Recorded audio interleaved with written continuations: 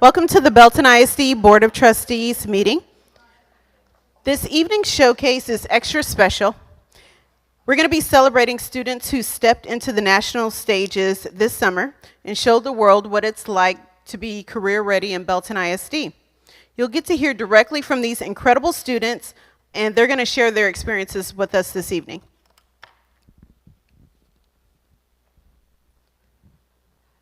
Without further ado, let's hear directly from these incredible students. We're going to start with introductions. If y'all could just share the mic. Can each of you share your name, grade level, and the campus and the event that you participated in? Hi, I'm Anya. I go to Belton High School. I'm a junior, and I participated in HOSA International Conference, doing the event research poster. Hi, my name is Jahia Lane. I just graduated from Lake Belton High School and I competed in medical coding. Hi, my name is Joseph. I am a senior and I competed in Teamworks for Skills USA. I'm Belton High School. Thank you all. Please give them a round of applause. So each one of you are involved in very high skill level event areas. So what inspired y'all to get into these individual fields? So I'm a very people-oriented person, I would say. I value my relationships, my friendships, my family, and I want to help those people. So that led me to medicine. I have a lot of inspiration in my life. My dad is a doctor, my mom is a PT. So yeah, that just kind of inspired me to join HOSA and get a head start in medicine. So I competed in Business Professionals of America, and my event is like a medical coding, right? But I'm going to school for engineering actually, and I just wanted to learn more about like other career fields, and I think it's important to like branch out and just understand like what the world has for us. My teacher loves competitions and he's been doing it for years. So every year he'll kind of scout like whoever he thinks will be good for competition, and I was one of those people, and he really pushed me to love and really practice for the competitions. Thank you all. So this summer, while everyone else was sunbathing and doing all kinds of things, y'all were making New York Times, local news, and all the different things. What part of the experience are you the most proud of? I think I'm most proud of the experience I gained in the lab. So actually, doing my event research poster, I got to learn a lot about working in the lab and certain procedures you do in the lab, I guess. I learned how to dilute solutions and micropipette and plate agar and bacteria. And yeah, that was a really cool experience. I think it prepared me for the medical field, and actually it got me interested in research. So. I think for me, it's kind of a funny story. I was supposed to compete in health insurance, and the day of, I was placed in the wrong event, so I was placed in medical coding, no materials, no books or anything, and I think that was like one of the top 10 scariest moments of my life. But it just really taught me that like even when you're placed in a really hard situation, you just have to persevere, and it can take you places. Like sixth at nationals was really crazy for an event I wasn't supposed to be in. And I'm really proud of like how much we've put into it and getting the recognition we have from like the New York Times and like local, like of course right now we're getting recognition like in front of this whole school board. I'm really proud that we have that opportunity at being so young.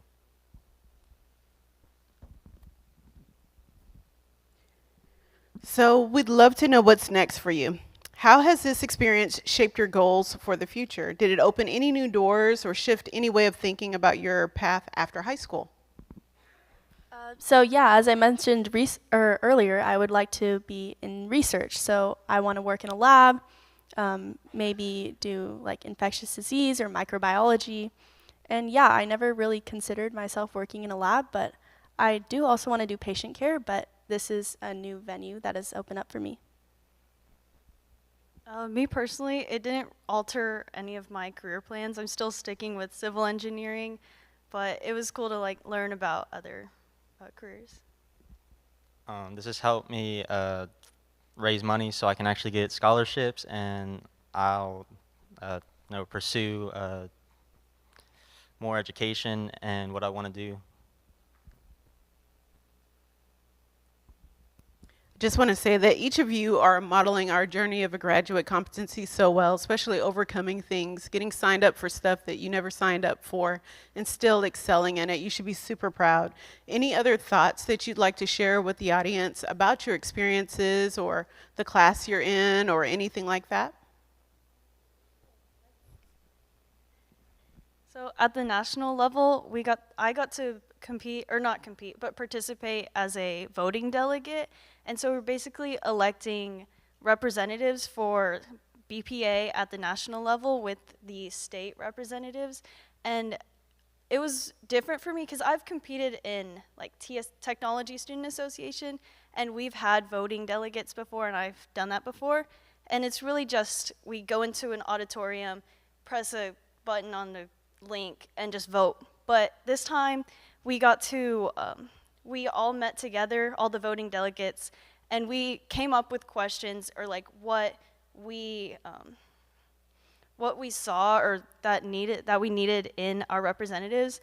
And it really showed me like how important our voice is in the community in like electing these representatives and who we choose to put into power. And I think that's something we should open up to more students. So something really cool we did at HOSA International was we did pin trading. So your state got a certain amount of pins, and being from Texas, we got this really cool red truck with like blue bonnets and like this flag inside the truck bed, and it was super cute. And we got to trade it with all the other states, and there were actually international students there. So I got this really cool pin from China with a panda on it, it has glitter, and I made an international friend. So I think that was a really good introduction to professionalism and networking, and you have to make friends in your field if you want to get anywhere in that field. So I think that was another experience that more students should get, is going to a conference and having some air of professionalism, dressing up, meeting people, taking you have to make yourself accountable for making friends and making relationships. Thank you. To that note about students, do y'all have some advice for students that want to be where you are, that aspire to make it to the national level in any area?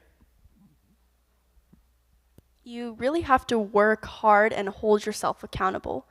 Nobody's going to do this for you. Yes, I had a lot of help from my teacher and my parents and, the medical field in general, but I had to come up with all my methodology and write my own abstract and like develop my own poster. So you can't depend on anyone to do the work for you, and you have to work hard to get where you want to be. I think the biggest piece of advice for me is just like starting. That's the hardest part for me, just putting my name out there and just signing up for clubs. I think that's the hardest part. But if you get over that and you just put your mind to it, you work hard, you'll get somewhere. If you want to get into competitions, do it while you're like freshman, sophomore, so you actually kind of know what your competition looks like. It will take a lot of hard work and a lot of time after school, during your actual class, but if you put your mind to it, you can win nationals. For a minute there, I thought you were going to say do it while you're so young. Okay, we want to give y'all another round of applause. Now I have a question from our audience. Well, I was just curious, what skill area did you bring to the team? Tell us a little bit more about what you did at Nationals. I was the plumber for my team. I was also the team lead, so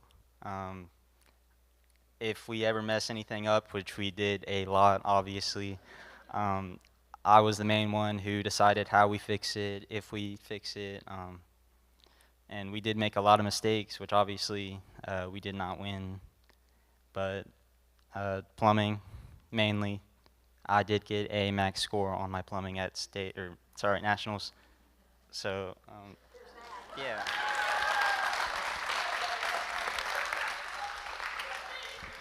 He says that like that was an easy feat. You are second in the nation, sir. Okay, what about you girls? Did you want to expound on what he said or anything about what you were doing? It's okay. Okay, so that concludes our showcase. If we could just have one more round of applause for these courageous students. I was going to ask you, but your parents are here. I was going to ask you, do y'all have to do all kinds of work? Do you have to do the plumbing at home now? And are you expected to save lives and things now at home? No, I think I really leave the saving lives to my parents. But one day. I feel like this is more. Oh, God. Yeah, my mom brings up a lot about how if anything is broken, since I'm a plumber, I am now expected to fix it. Ladies and gentlemen, our national students.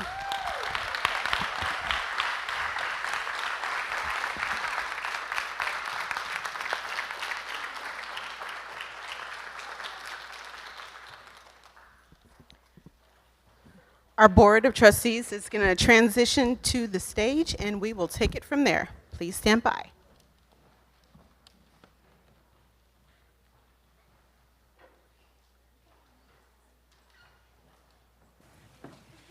All right, as our board's coming up, I took some notes while they were talking, and I actually literally do need a plumber, but that feels wrong and opportunistic, so I'm not going to ask. But as they were talking, just sat there capturing the perseverance, the adaptability, collaboration, communication, critical thinking, and the empathy that they gained through those experiences. So will y'all just join me one last time in congratulating these amazing students?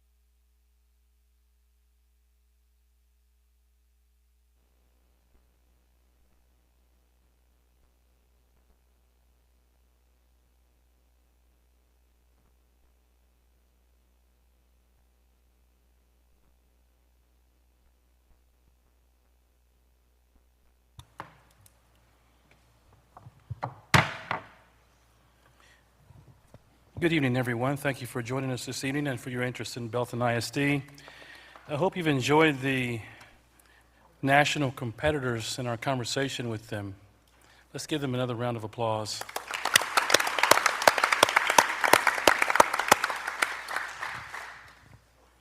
You guys are impressive, to say the least. Thank you for agreeing to come up here and talk to us and share your experiences with us. I see the competencies at work.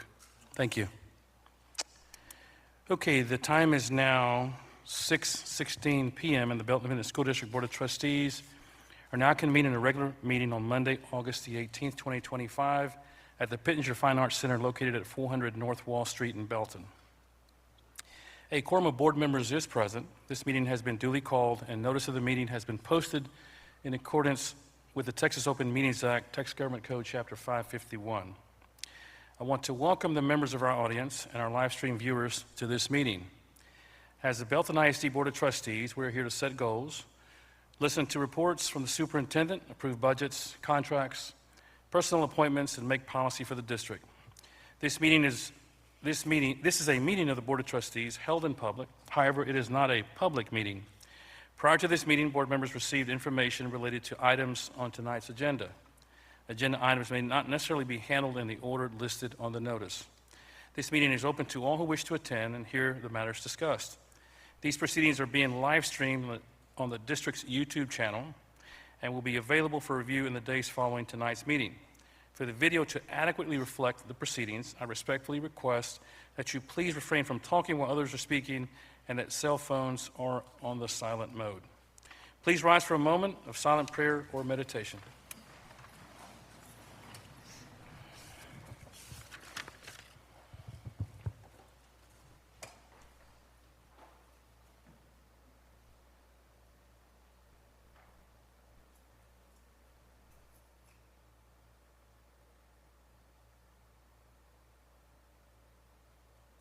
Please remain standing as our students from Joe M. Pirtle Elementary School lead us in the Pledge of Allegiance and honors to the Texas flag.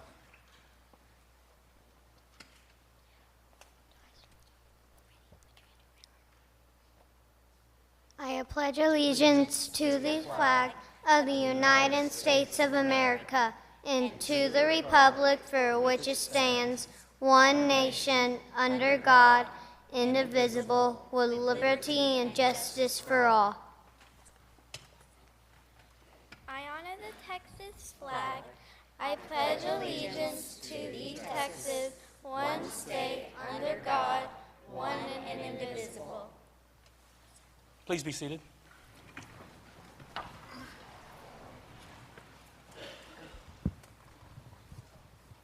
The first item on the agenda this evening is recognitions. We will turn it over to our communications team to start us off.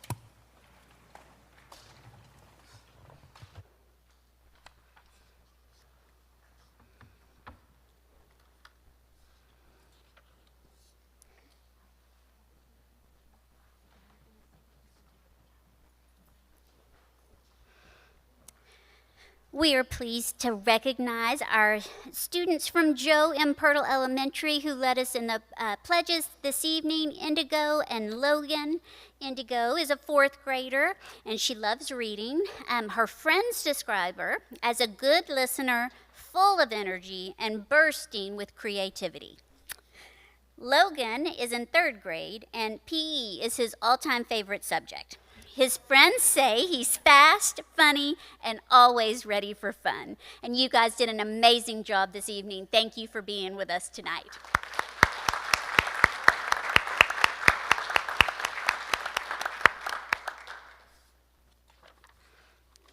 And we would like our students who participated in our showcase to come forward now. You got to hear firsthand accounts of what it's like for our students who participate in national competitions. We are so grateful for these three students who were willing to come and talk about their experience tonight. We did have many students that attended nationals this year, and it's always fun to get to hear about the experience, what it teaches our students, and what they bring and teach to those that they encounter at nationals. And so thank you guys so much for being here and giving of your time. We are super proud. Our future is very, very bright. Thank you.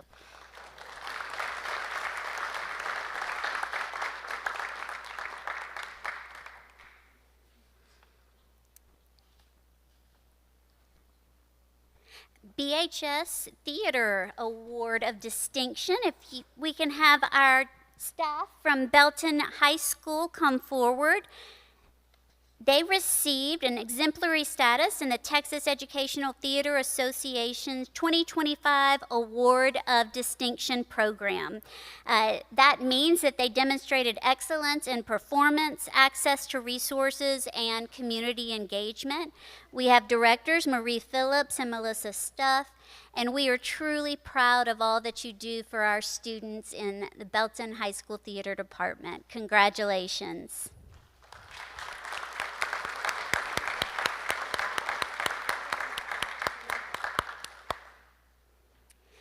And now we would like to recognize two new administrators. We'll have Cheyenne and Rachel come forward. Cheyenne Babb has been named the principal at James L. Burrell Elementary. She comes to us with a decade of experience in public education. And Rachel Ramirez is the new principal at Lake Belton Middle School, and she comes to us with over 18 years of experience in public education. Both leaders have already hit the ground running on their campuses and are not only leading, but leading the charge well. And we are super excited to welcome welcome them to the BISD family. Congratulations.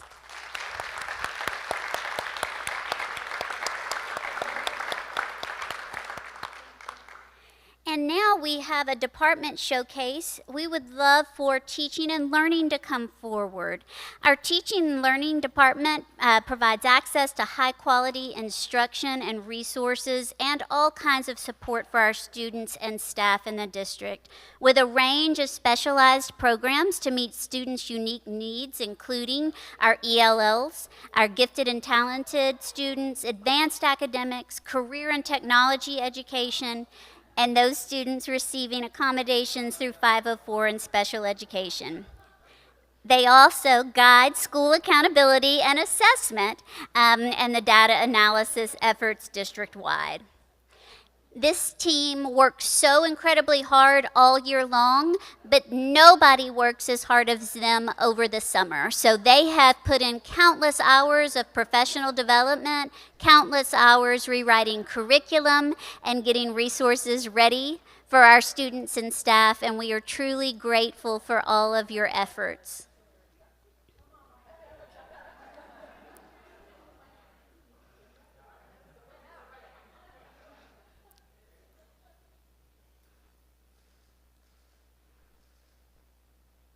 Thank you, teaching and learning.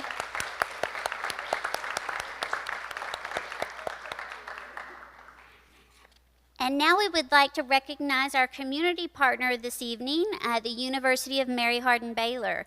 UMHB partners with the district in numerous ways, but this year we are recognizing them for a new partnership. As UMHB research team is working alongside our schools to gather data and provide valuable insights that will enhance the Hope Squad program that we will implement district-wide this school year. Hope Squad will promote a culture of care and connection, and together with UMHB, we're working to create a school environment where all students feel seen, supported, and never alone. We are so grateful for UMHB and your partnership with Belton ISD and all that you do. So thank you so much for being here with us this evening.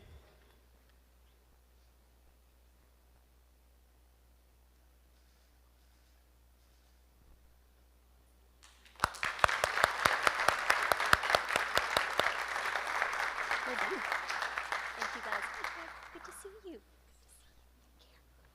Is his dad? Yes. Sorry, that's how I'll always do you. I'm sorry.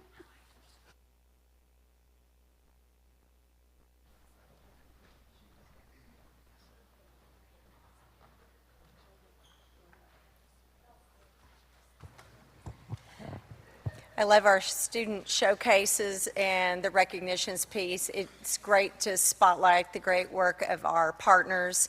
Not only does UMHB join with us to really try to figure out some solutions to complex problems, but they are also the incredible partners that allowed us to have a space for convocation for free. And so thank you all very much. Thanks to our teaching and learning team and all of our incredible students that are here. Let's give our students all one final round of applause.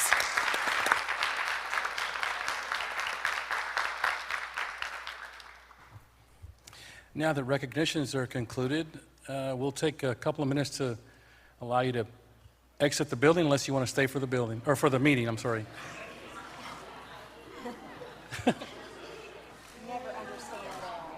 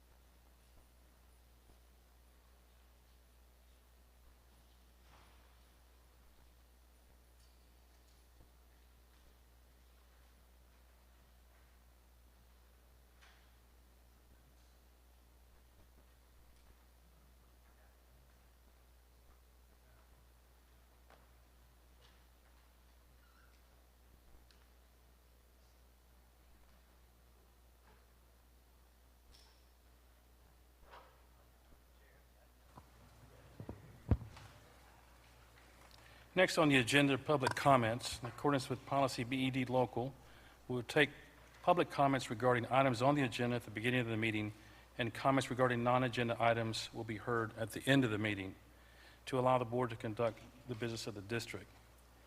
I've been handed one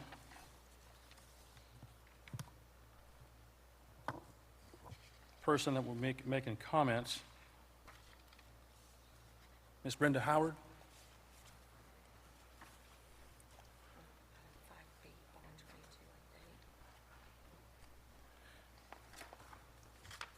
Ms. Howard, before you begin, it looks like you're speaking or making comments about 5B.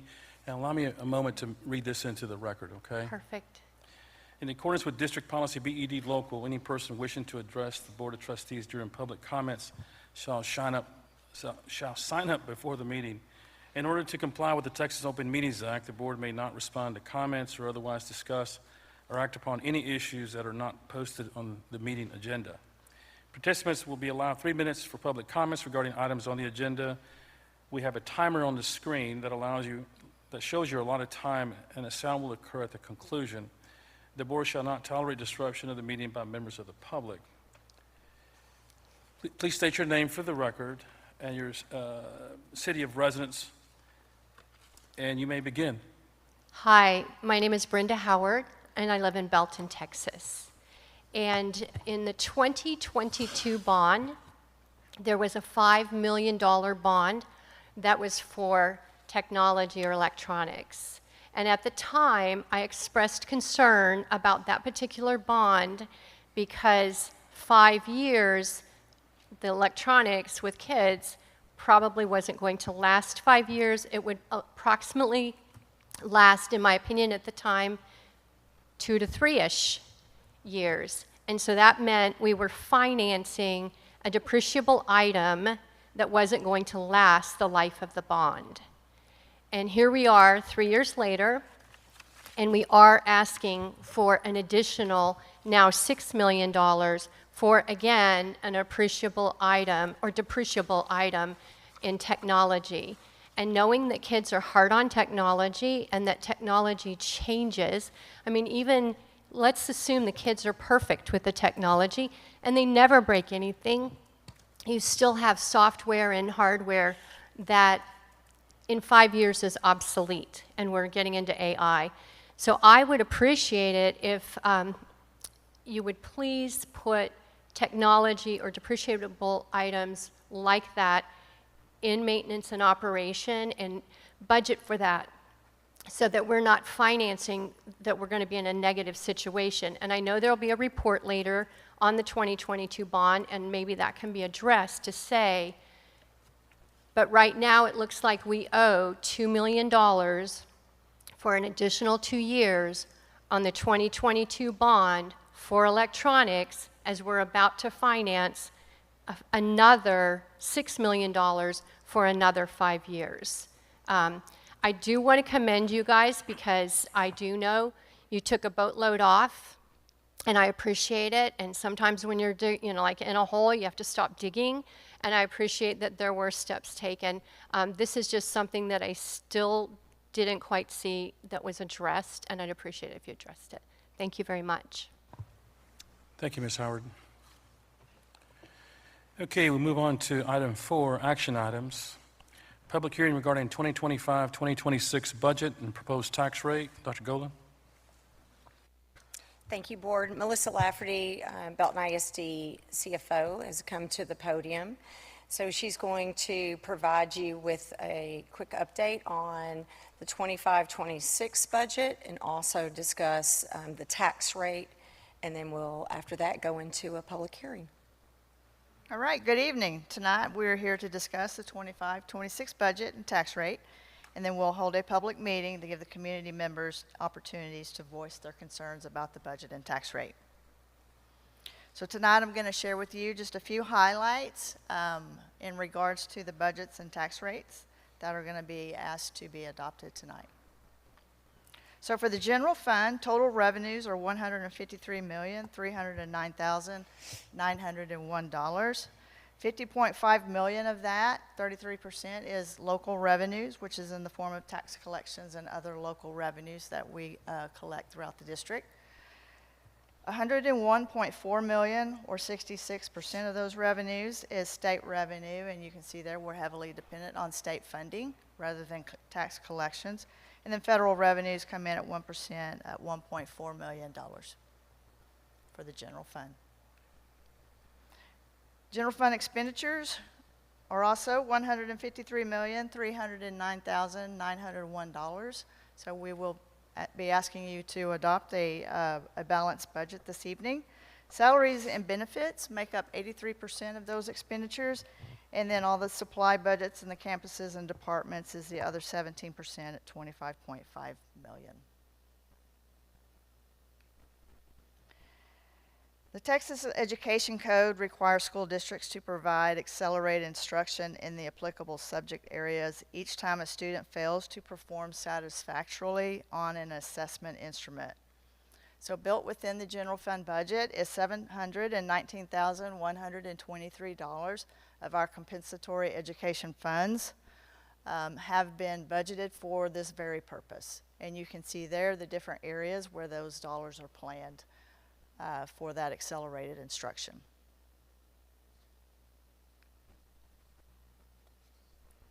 All right, and so for tonight, for the general fund, we're going to ask you to adopt a balanced budget with $153.3 million in revenue and $153.3 million in expenditures. For debt service, we're going to ask you to adopt a budget of $26,404,350 in revenue, $25,233,326 for expenditures, for a surplus budget of $1,171,024. And for school nutrition, their budget is proposed at $8,240,000 in revenues, and for expenditures, $9,471,432 for an intentional deficit budget of $1,231,432. Again, he's trying to spend down his fund balance to get within 3 months operating. Through tax compression and the Board of Trustees reducing the debt rate over time, since 2017 and 2018, the total tax rate has reduced just a little over 45 cents since that time. So tonight, we are proposing an M&O tax rate of 78.69 cents, an INS tax rate of 36.25 for a total tax rate of $1.14.94. Basically, the same tax rate as last year, just allocating those tax rates between the M&O and the INS budgets.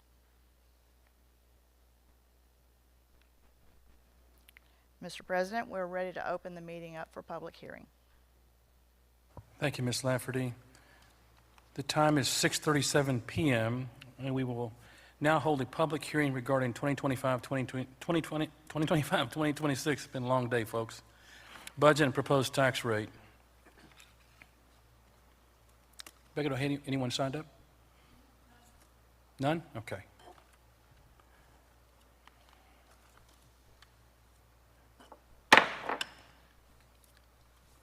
The time is 6:38 p.m. and the public hearing is now closed.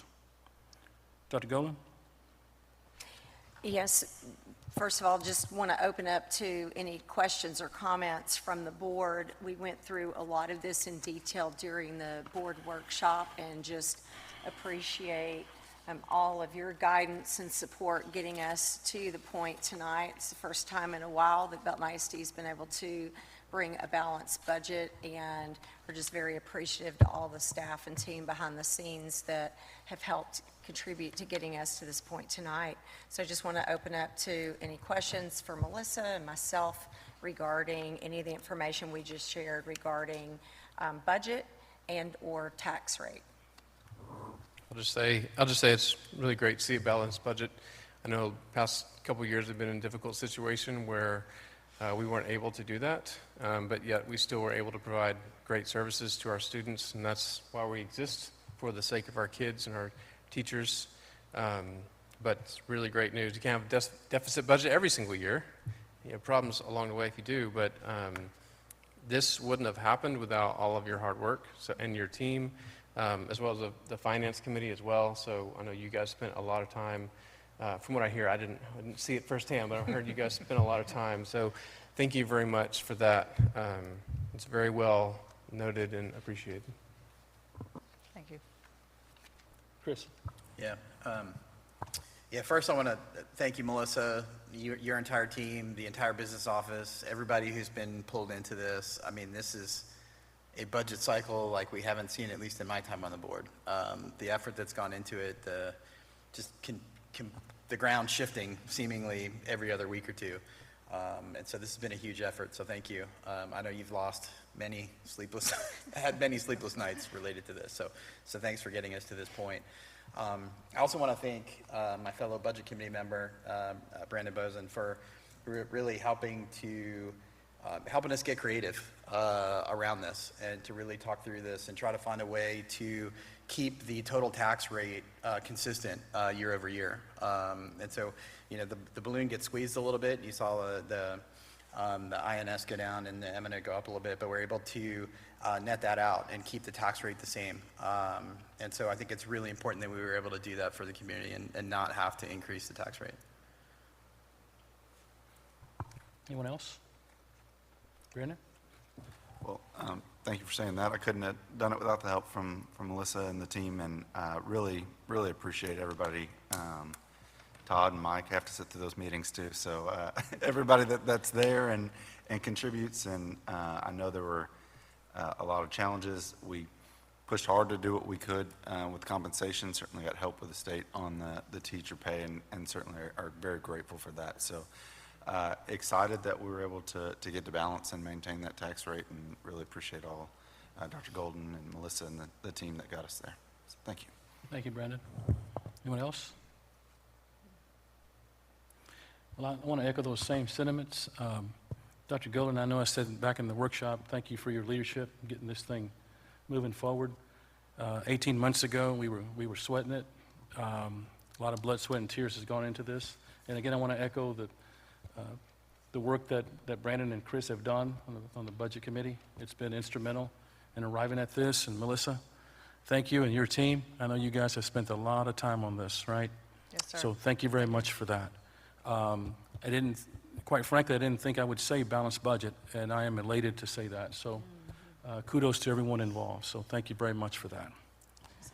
Absolutely. Yeah, and just want to thank this board and past boards.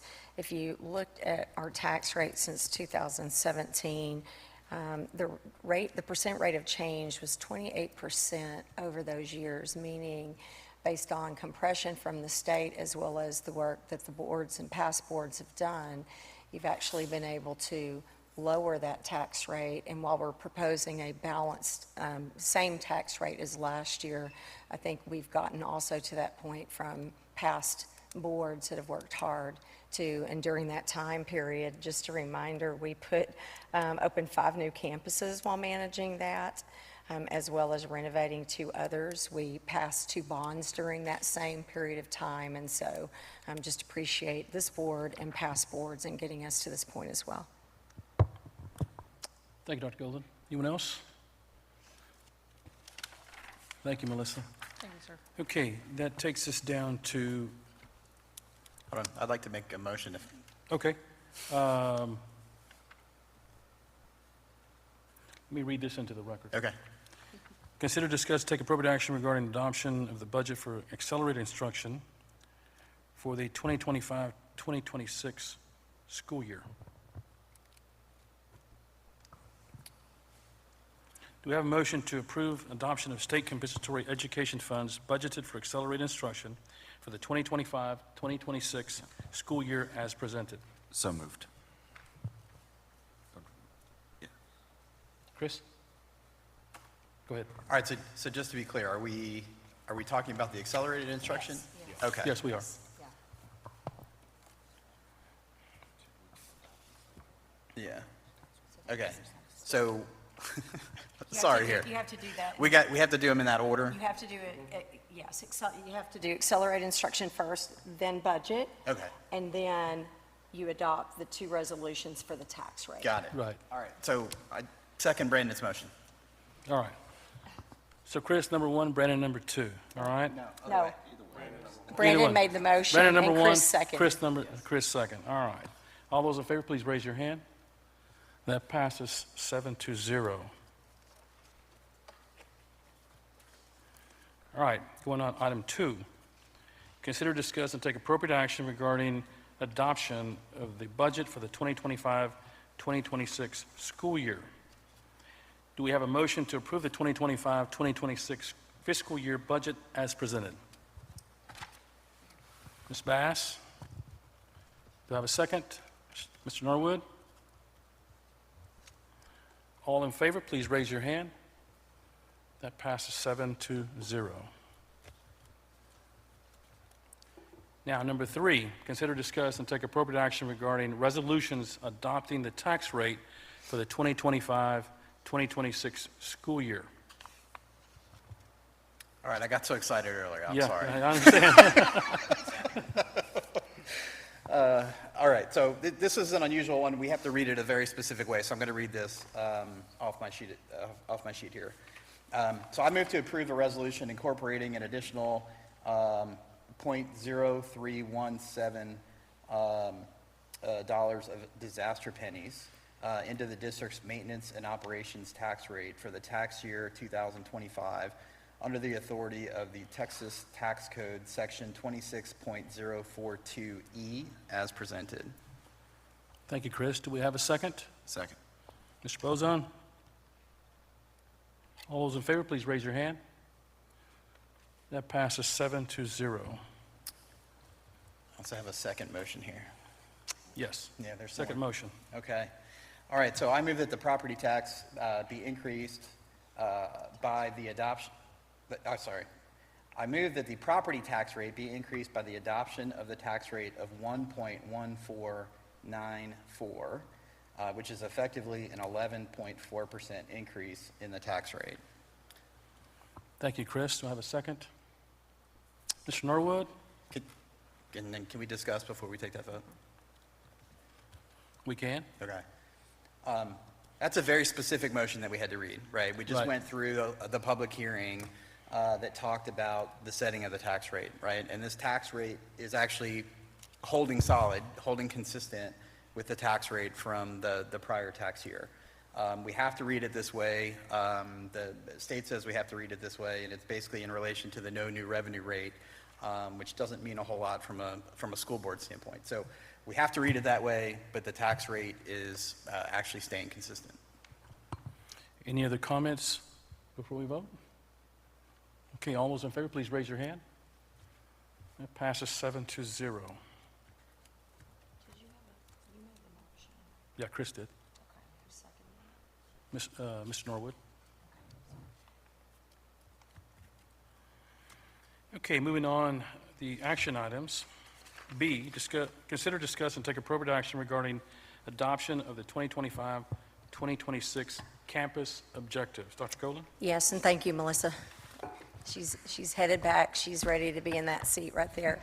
And I'm excited to welcome Dr. Morgan to the podium.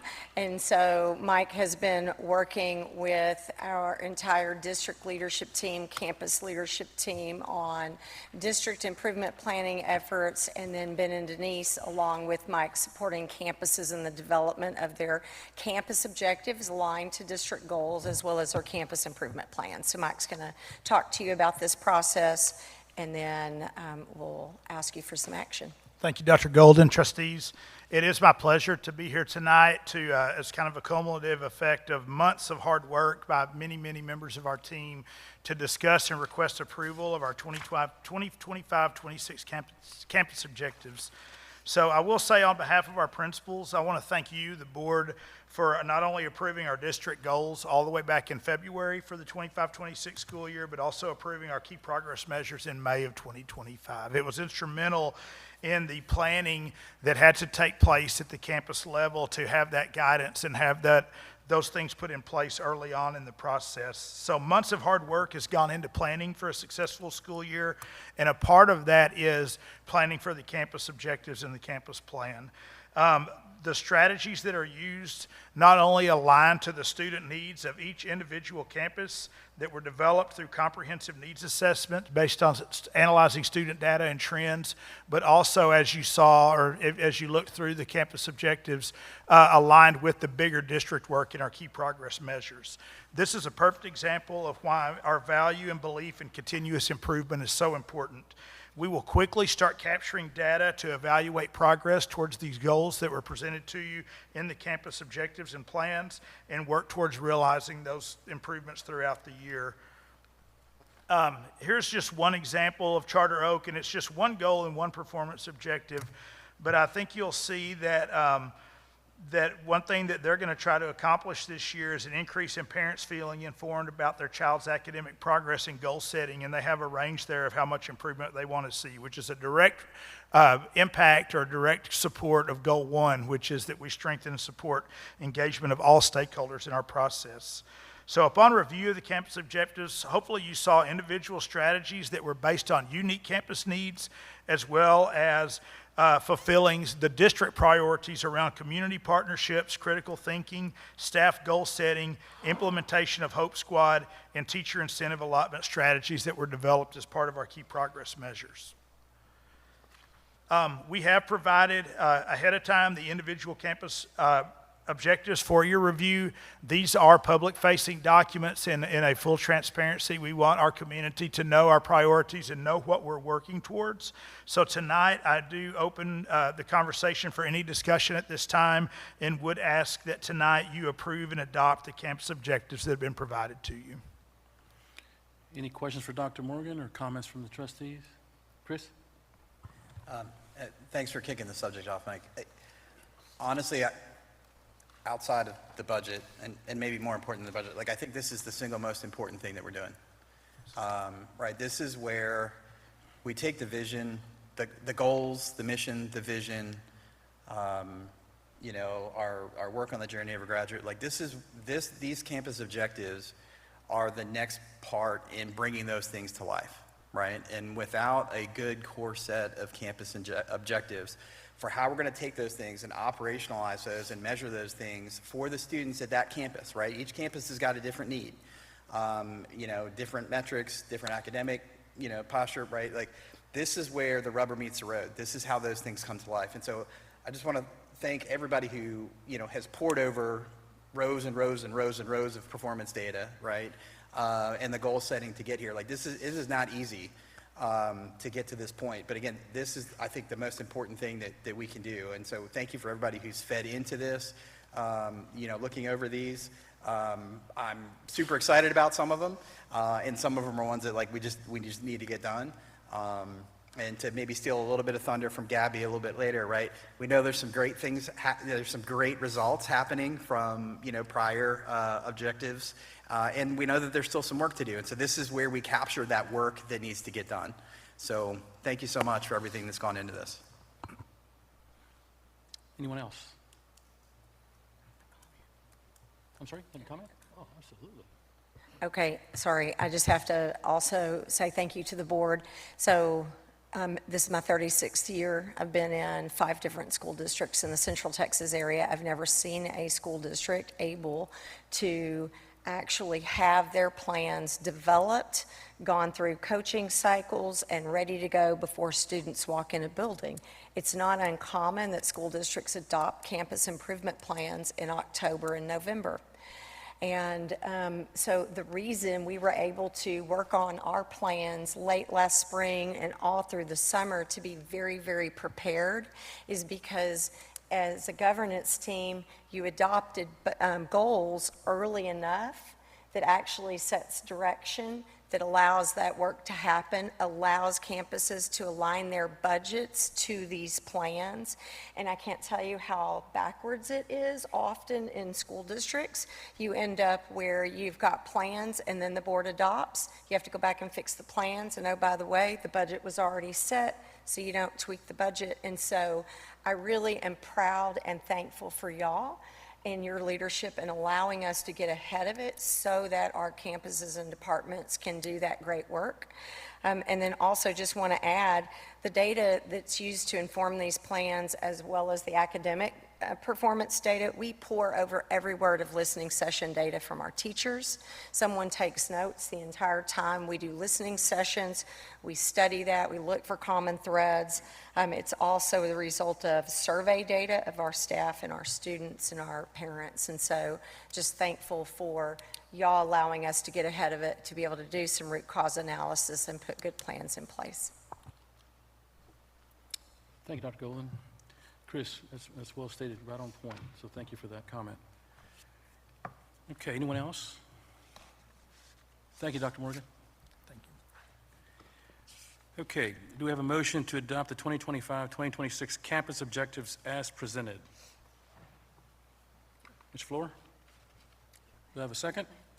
Mr. Preston? All in favor, please raise your hand. It passes 7-0. It takes us to item 4C on the agenda. Consider, discuss, and take appropriate action regarding naming a delegate and alternate to the 2025 TASB Delegate Assembly. TASB Delegate Assembly gives school boards a direct voice in advocating for Texas public schools and in the overall direction of the association. The board may adopt one delegate and one alternate to serve as its representatives at the 2025 Delegate Assembly, which will be held September the 13th during the TASB convention that will be held this year in Houston. We'll open up the floor for discussion for nominations. Anyone want to take the lead on that? Thank you. Chris? All right, I'm wearing the mic out tonight. So historically, what we've done for the Delegate Assembly, actually for recent history, Aaron and I have been flip-flopping back and forth. So one of us will be the delegate, the other one will be the alternate. You're only allowed to have one delegate on the floor at a time, and so typically the alternate sits in the gallery and is there for support if our delegate leaves the floor for any reason, so that we always have a vote. And so Aaron and I have flip-flopped for many years. I think last year, Rucker was the alternate, right, and Aaron was the delegate. It's kind of an overwhelming situation on the floor, right? I mean, and I think what the reason it's worked for us for the last several years is we've tried to get a measure of consistency where we're supporting each other on the floor while we do that, and we're actually have played a leadership role with the other schools in our region, sitting with those guys and collaborating with them and making sure that their delegates, kind of come along with us and are together. And I think that camaraderie and sort of consistent presence over the last couple of years has been important for us in our participation. And so I would like us to try to keep a consistent footprint and continue that going forward. I would like to suggest, I'm not making a motion, right, but I would like to suggest for the group that since Rucker was the alternate last year, that Rucker actually be our full-on delegate, right? And then I would serve as the alternate. And certainly I would like to open the floor for anybody who hasn't done it. Riley, you haven't had the opportunity before. Brandon, you haven't had the opportunity. If you would love to come and sit along, and sit in the gallery and kind of, work through it together as an alternate. If that's a desire that you have in the future, that would be my suggestion. It feels weird making a motion to nominate myself, so I'm not going to do that. I'm going to look at maybe down there. But I don't know, that's where I stand there. Okay. Can I jump in there? Absolutely. Yeah, this has been always, I think I've been either a delegate or an alternate the last few years, and it's really, it's an interesting experience. And just to give, especially you two, just a kind of a little bit more context around it, think of a representative from every school board across the entire state of Texas. We're all in one big room, and so we conduct a board meeting of board members And so it's the official business meeting of the year. And so we vote on, and we get a big packet. And we're voting on values and beliefs of us as board members. And there's input. So it does take a big chunk of that day when we go to TexEdCon in September. So just know that, in future, if you are part of that, it does take up a very large portion of your day. Because you can imagine there's 1,000 people in there that have opinions, right? But we even talk about, there's very specific ways on how we can vote on what are the priorities of us as board members. And there's a process for how we can, as regions, because we can get together on what's important to us.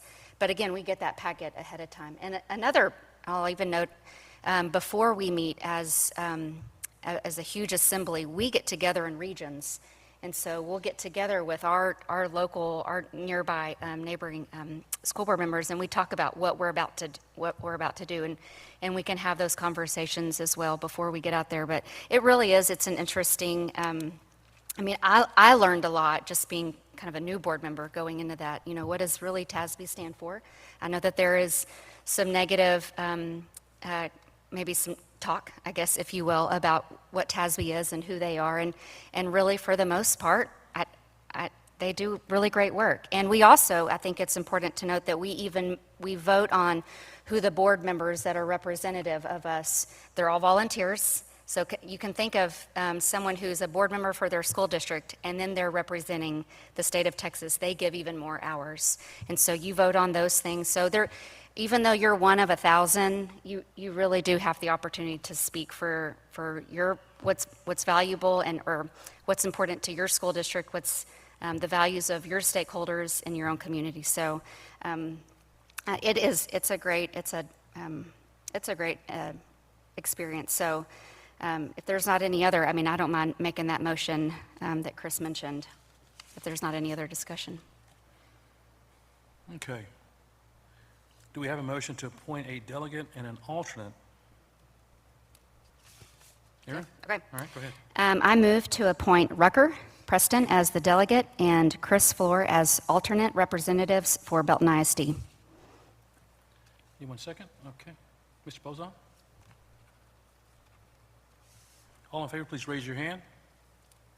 Passes 7-0.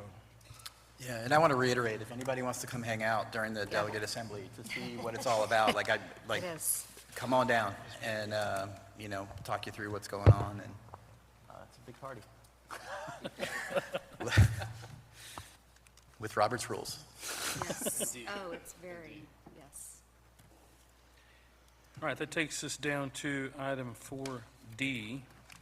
Consider, discuss, and take appropriate action regarding the purchase of real property located on Old Waco Road in Temple, Texas. Dr. Golan? Yes, thank you, Board.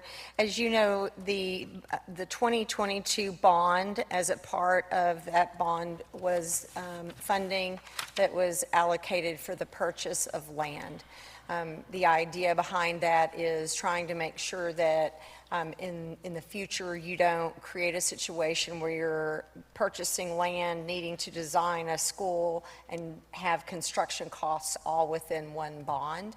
And so with that past strategy in mind that the board has had, you authorized us, well, one, we studied this all year with our facilities committee during the 24-25 school year, just talking about land at various times. And then in May, you authorized you approved the resolution for the purchase of property, which authorized the administration to continue to move forward, identifying property, negotiate terms of purchase and those things. And so this evening, Mike is here to go into some details with you because we're asking for potential approval of the purchase of some land. Thanks, Dr. Golden, trustees.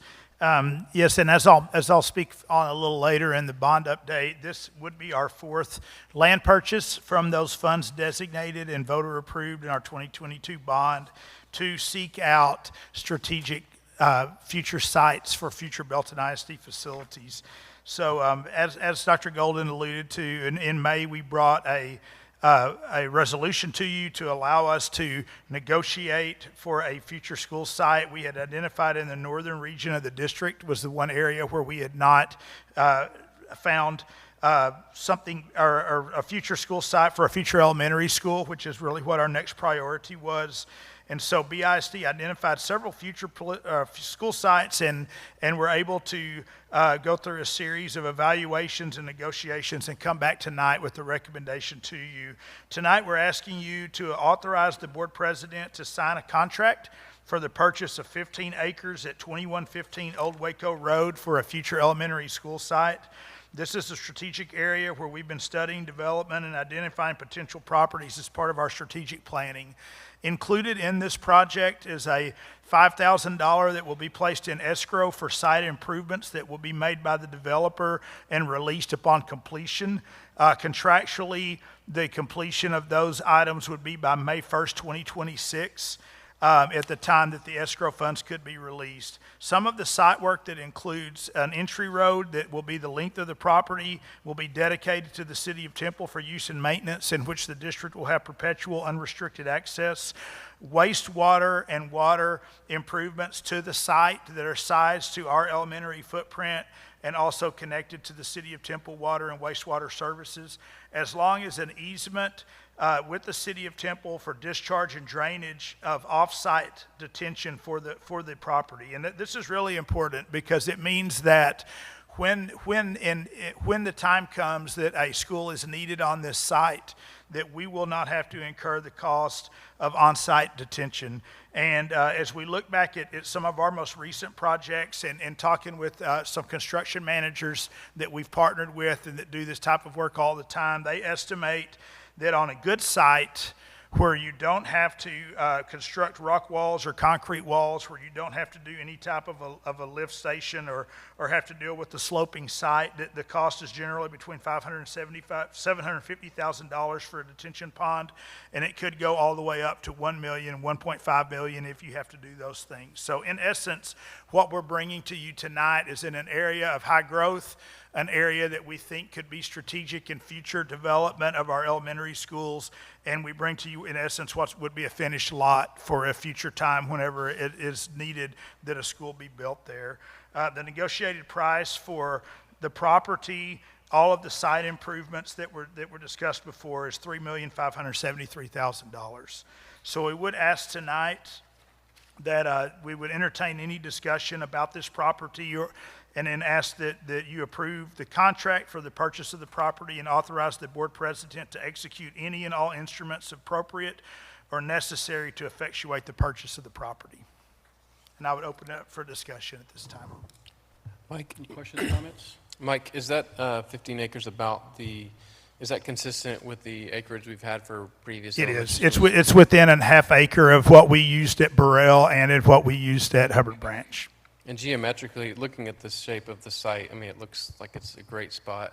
It is. It's almost a complete square. It's going to have good access, and I believe that there's going to be a future City of Temple fire substation right in that area as well, which would help for emergency services and things in the future. And obviously, you mentioned earlier that it's a high-growth area. It's very strategic. It's a good spot, we believe.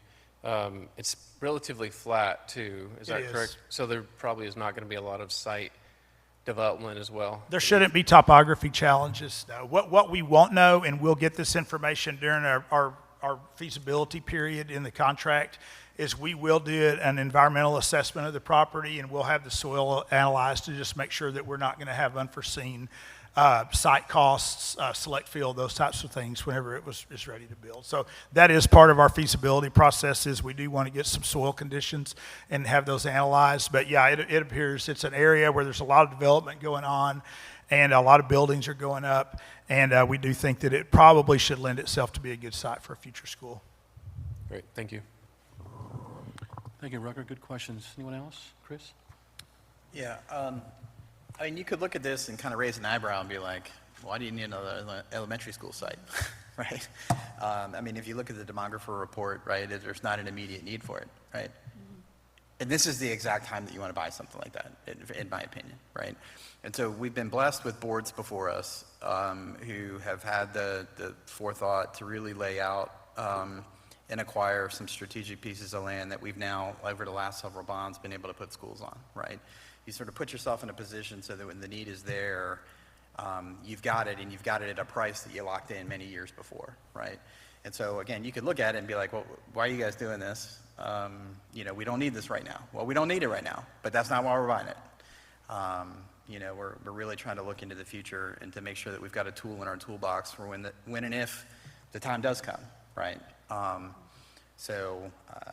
You know, and let me be clear, we are not building a school there right now. That's not what this vote is. This is to acquire the land to have for our toolbox for the future.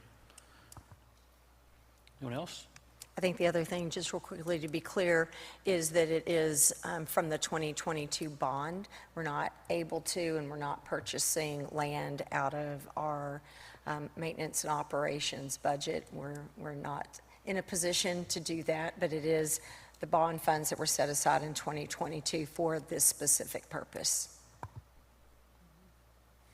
And I would also say, right, I mean, this allows our partners, our community partners, to also plan better, right? While there is no guarantee that, you know, of what exactly is going to go on that site, right? But it does allow our chambers, our EDCs, our local builders, right, to have some cities, right, to have some visibility into what may be there, and really helps kind of spur that partnership, right? Because we're putting our foot in the sand here, you know, our foot on the ground, and saying, hey, look, like we think there's something here, and so it kind of helps in that partnership as well. Exactly. Thank you, Chris. Anyone else? Okay. Thank you, Dr. Morgan. Thank you.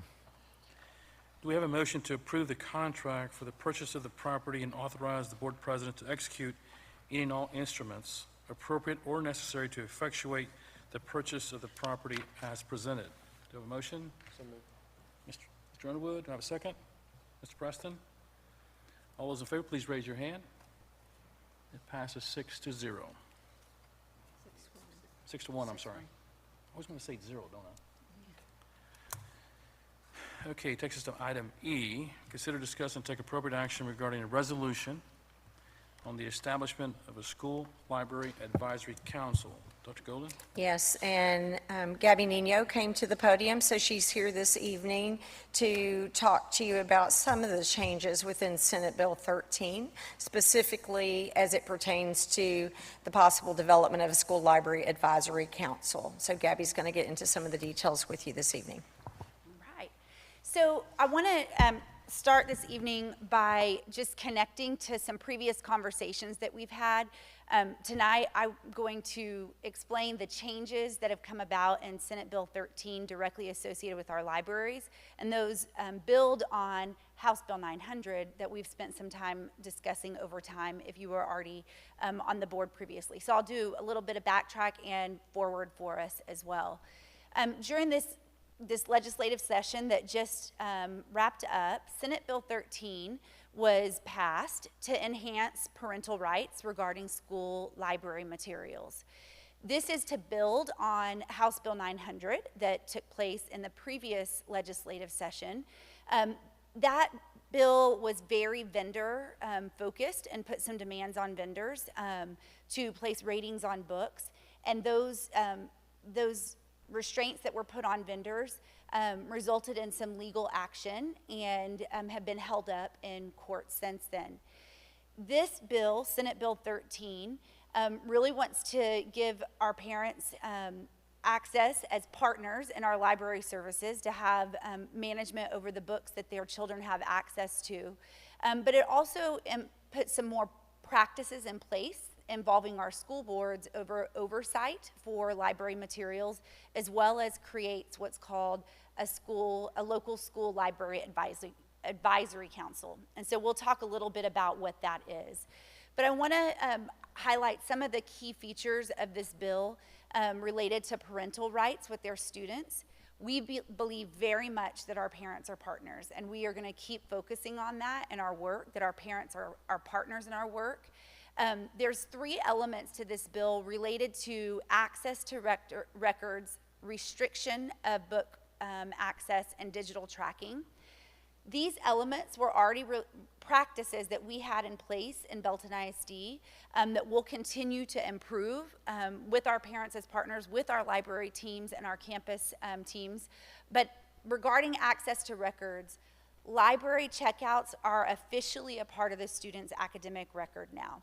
We would always have provided our families with access to books that their child had checked out, but those weren't considered an official part of the student's record. And in Senate Bill 13, they officially became a part of the student's academic record. Restriction rights. This allows for parents to submit a list of books that they would not like their child to have access to. And so we will have procedures and processes in place to make sure that parents understand that they have that right. We began these practices. We've always wanted to partner with our families, but this is a continuation and some tightening up of systems for us. The digital tracking ensures that there's an online portal that shows that academic record of a child's checkout history. We use Destiny Library Management System. That's what we've used over time, and we continue to use that to manage our book records, and our families can have access to their students' checkout history in that manner. In addition to the parental rights and restriction access, additional definitions were added in Senate Bill 13 to expand on what already existed. We have specific definitions around harmful materials that aligns with the penal code in Senate Bill 13. Indecent or profane content, sexually explicit content, pervasively vulgar, and materials with links to prohibited online content. The new language or definitions are in indecent and profane and in pervasively vulgar materials, as well as in addition to our practices, really specifically calling out any materials that have a link in them that might take students elsewhere. That was added into definition as well. All right, so let's talk about local school advisory library councils. This Senate Bill 13 established these as an oversight committee.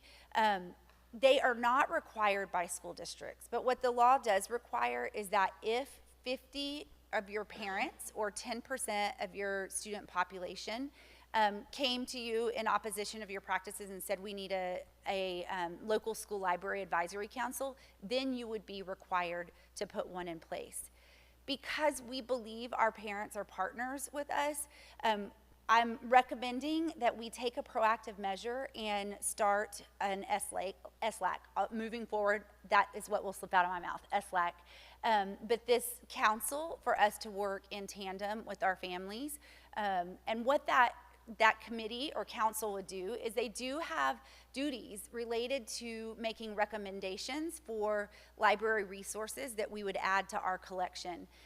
They also would have responsibilities related to ensuring our policies and procedures are aligned to what is expected and what is best for our community. The composition of an SLAC has to be at least 5.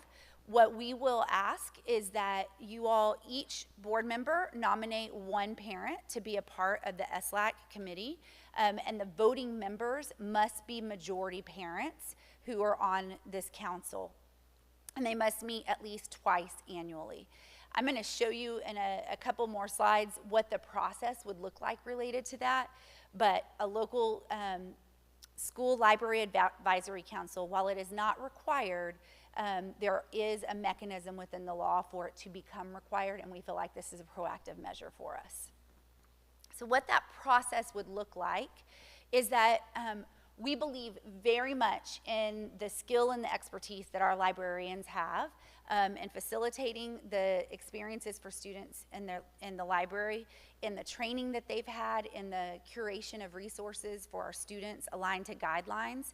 So we would build community with our librarians in a district-wide process for identifying what resources we would want to add to our library collections. Anything that we want to acquire for our library collections must be posted publicly now for 30 days for review by the public. And then we would take that to the advisory committee for additional review. The library committee If they approved the resources, the books that were on that list, would then turn and make a recommendation to you, the board. And you, as the School Board of Trustees, would make the approval of any library materials that were purchased and added to our library collection. So that would be the new acquisition process. I will tell you that we are required to update our policies regardless of whether you all make the decision to move forward with the local school library advisory council. Regardless of whether we have that in place or not, we will have to post materials for 30 days and bring those to you all for approval before adding to our library collections.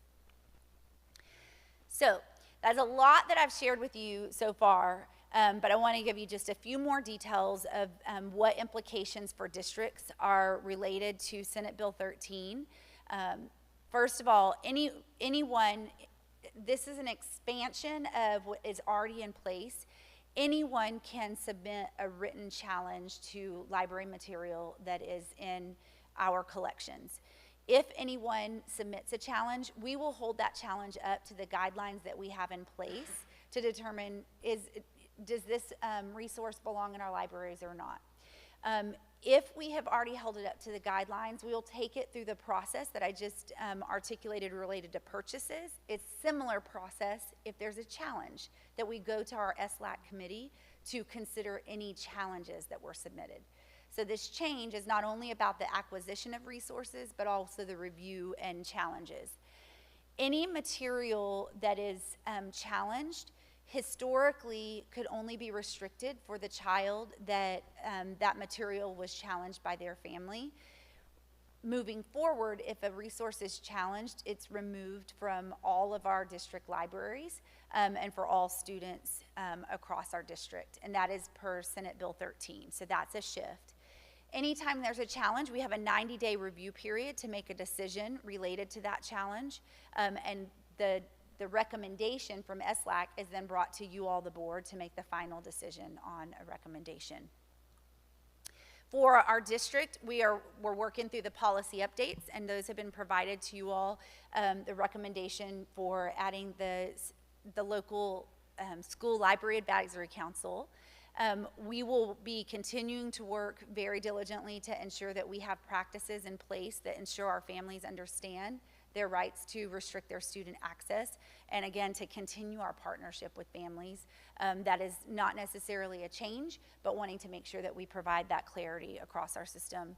And we will continue the culling and review process that we have in place in our libraries to review the existing collection aligned to the guidelines and the standards that are in place. And again, there will need to be some work in preparing for our parents as partners and this SLAC council, which we haven't had in place before. What I will tell you is the council structure and format is something we are very familiar with. It's very similar to our SHAC committees.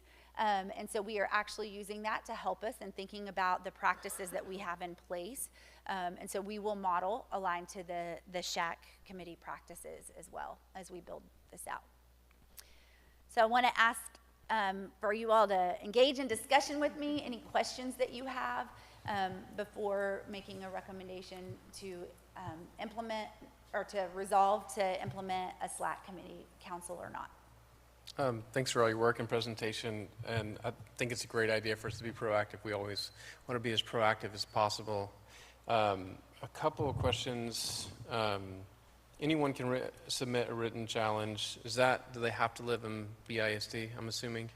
The way it's written is any parent, staff member, or resident of Belton ISD. Okay. And I love the idea that it's parents that we name on the council. And this going down the line a little bit, but if we create this, if we vote to create it, is this something we would do year after year? Just in the event that maybe you have a parent with a senior who graduates and then they're no longer a parent, we need to name someone else the following year? Yes, so in the resolution that you had signed, we outlined the terms of service, and we do have a 2-year terms of service on the SLAC team. Okay. Thanks.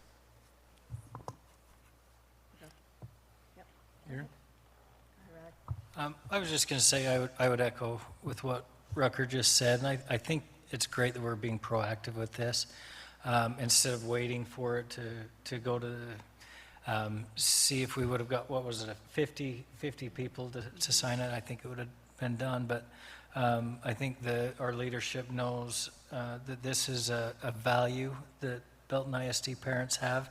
And so I appreciate the proactive nature that you've taken to address this. And I think it will be good. Kind of, again, with what Rucker said, and the parents being involved, being able to see what their children are reading, and then someone can just go, you know, when a book is challenged, if there is something that puts our youth at risk, it's taken from all of the libraries and then reviewed. It's not like we're trying to restrict, you know, all sorts of books or anything like that, but it's meant to protect and let it go through a review process. So I think this is a great thing.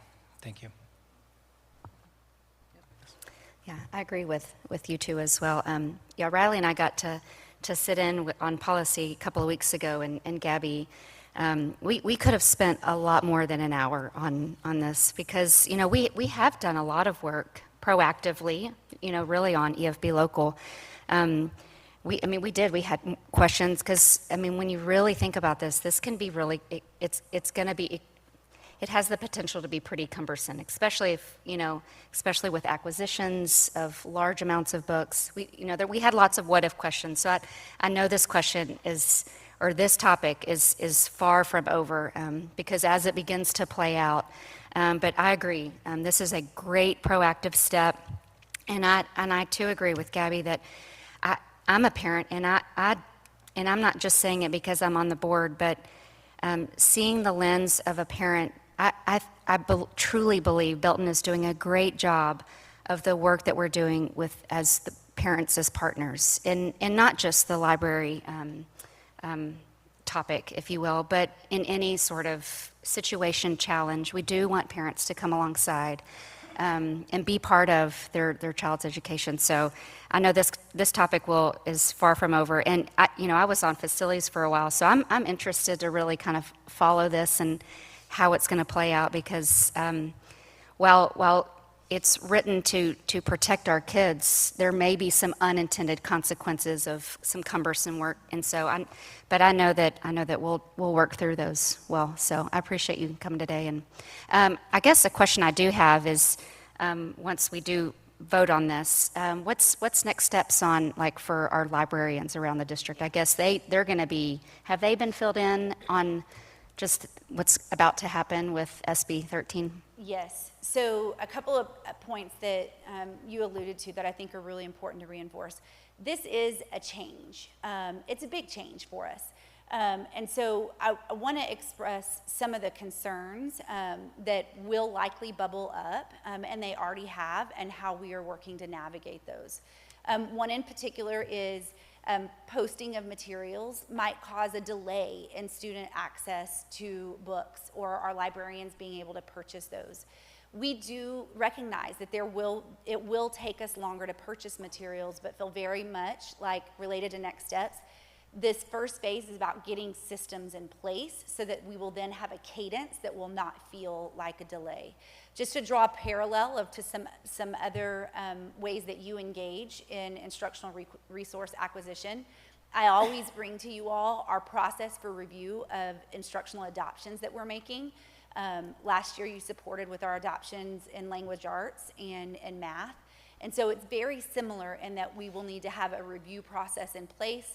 We will post materials, and ultimately we will come to you all with a recommendation with our due diligence on the materials that we're acquiring. So that will be one of our next steps, and it is a system change for us. And so we're going to support our team through it, and we're going to think about how we elevate our library team's voice in this process to make those recommendations to the council that we're working with.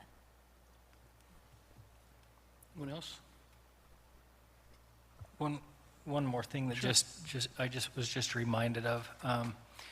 This could seem pretty daunting or overwhelming, with potentially thousands of books and acquisitions and materials, really, which it expands into materials, not just books now. and even links.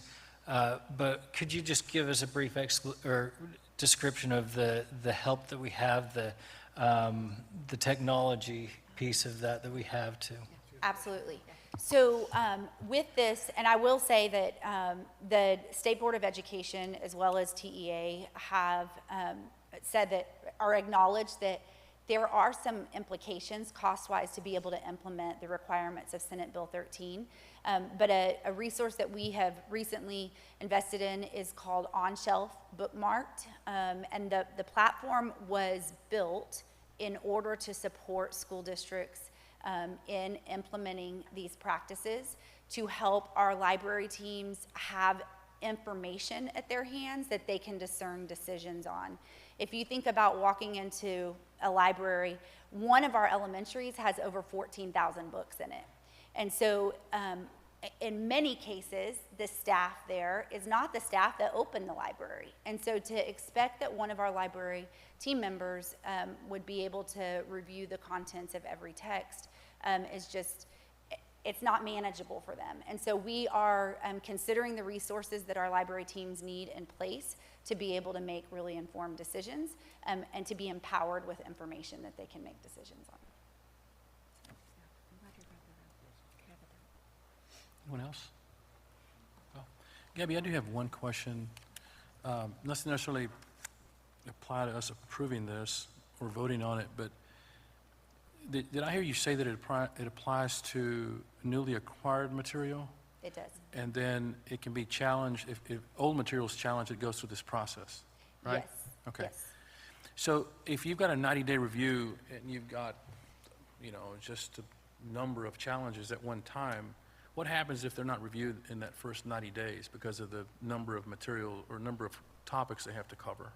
So we would need to come and request permission to extend the review period. Okay, so that's in place in the statute? There are extenuating circumstances in place in the statute, yes. And Okay. in the policy that we have. Thank you. I will also say, another comment that Aaron made is really important for me to reinforce. This is the first phase of implementation of Senate Bill 13. It requires that the TSLAC organization come back with revised standards. We do not anticipate those until April. That is the deadline for those. There are also formal statewide forms that have to be established by the commissioner, and those have not yet been established, and we expect some guidance on those later in August. So Yeah, we'll be Chris? coming back. Yeah, if I could ask a follow-up question. So as far as that 90-day review period and seeking an extension, that's Belton ISD going to TEA for the extension, right? That's not you coming to the board for extension? It or- would be coming to the board for an Okay, extension. Yes. okay, Yes. got it. Yeah, I mean, I'm already thinking about implementation. That was one of my questions. All right, anyone else? Okay. Do we have a motion to adopt the resolution to establish a local school library advisory council as presented? We have Mr. Beck. Yes. Number 2. Mr. Preston? All in favor, please raise your hand. It passes 7-0. Thank you, Gabby. Thank you.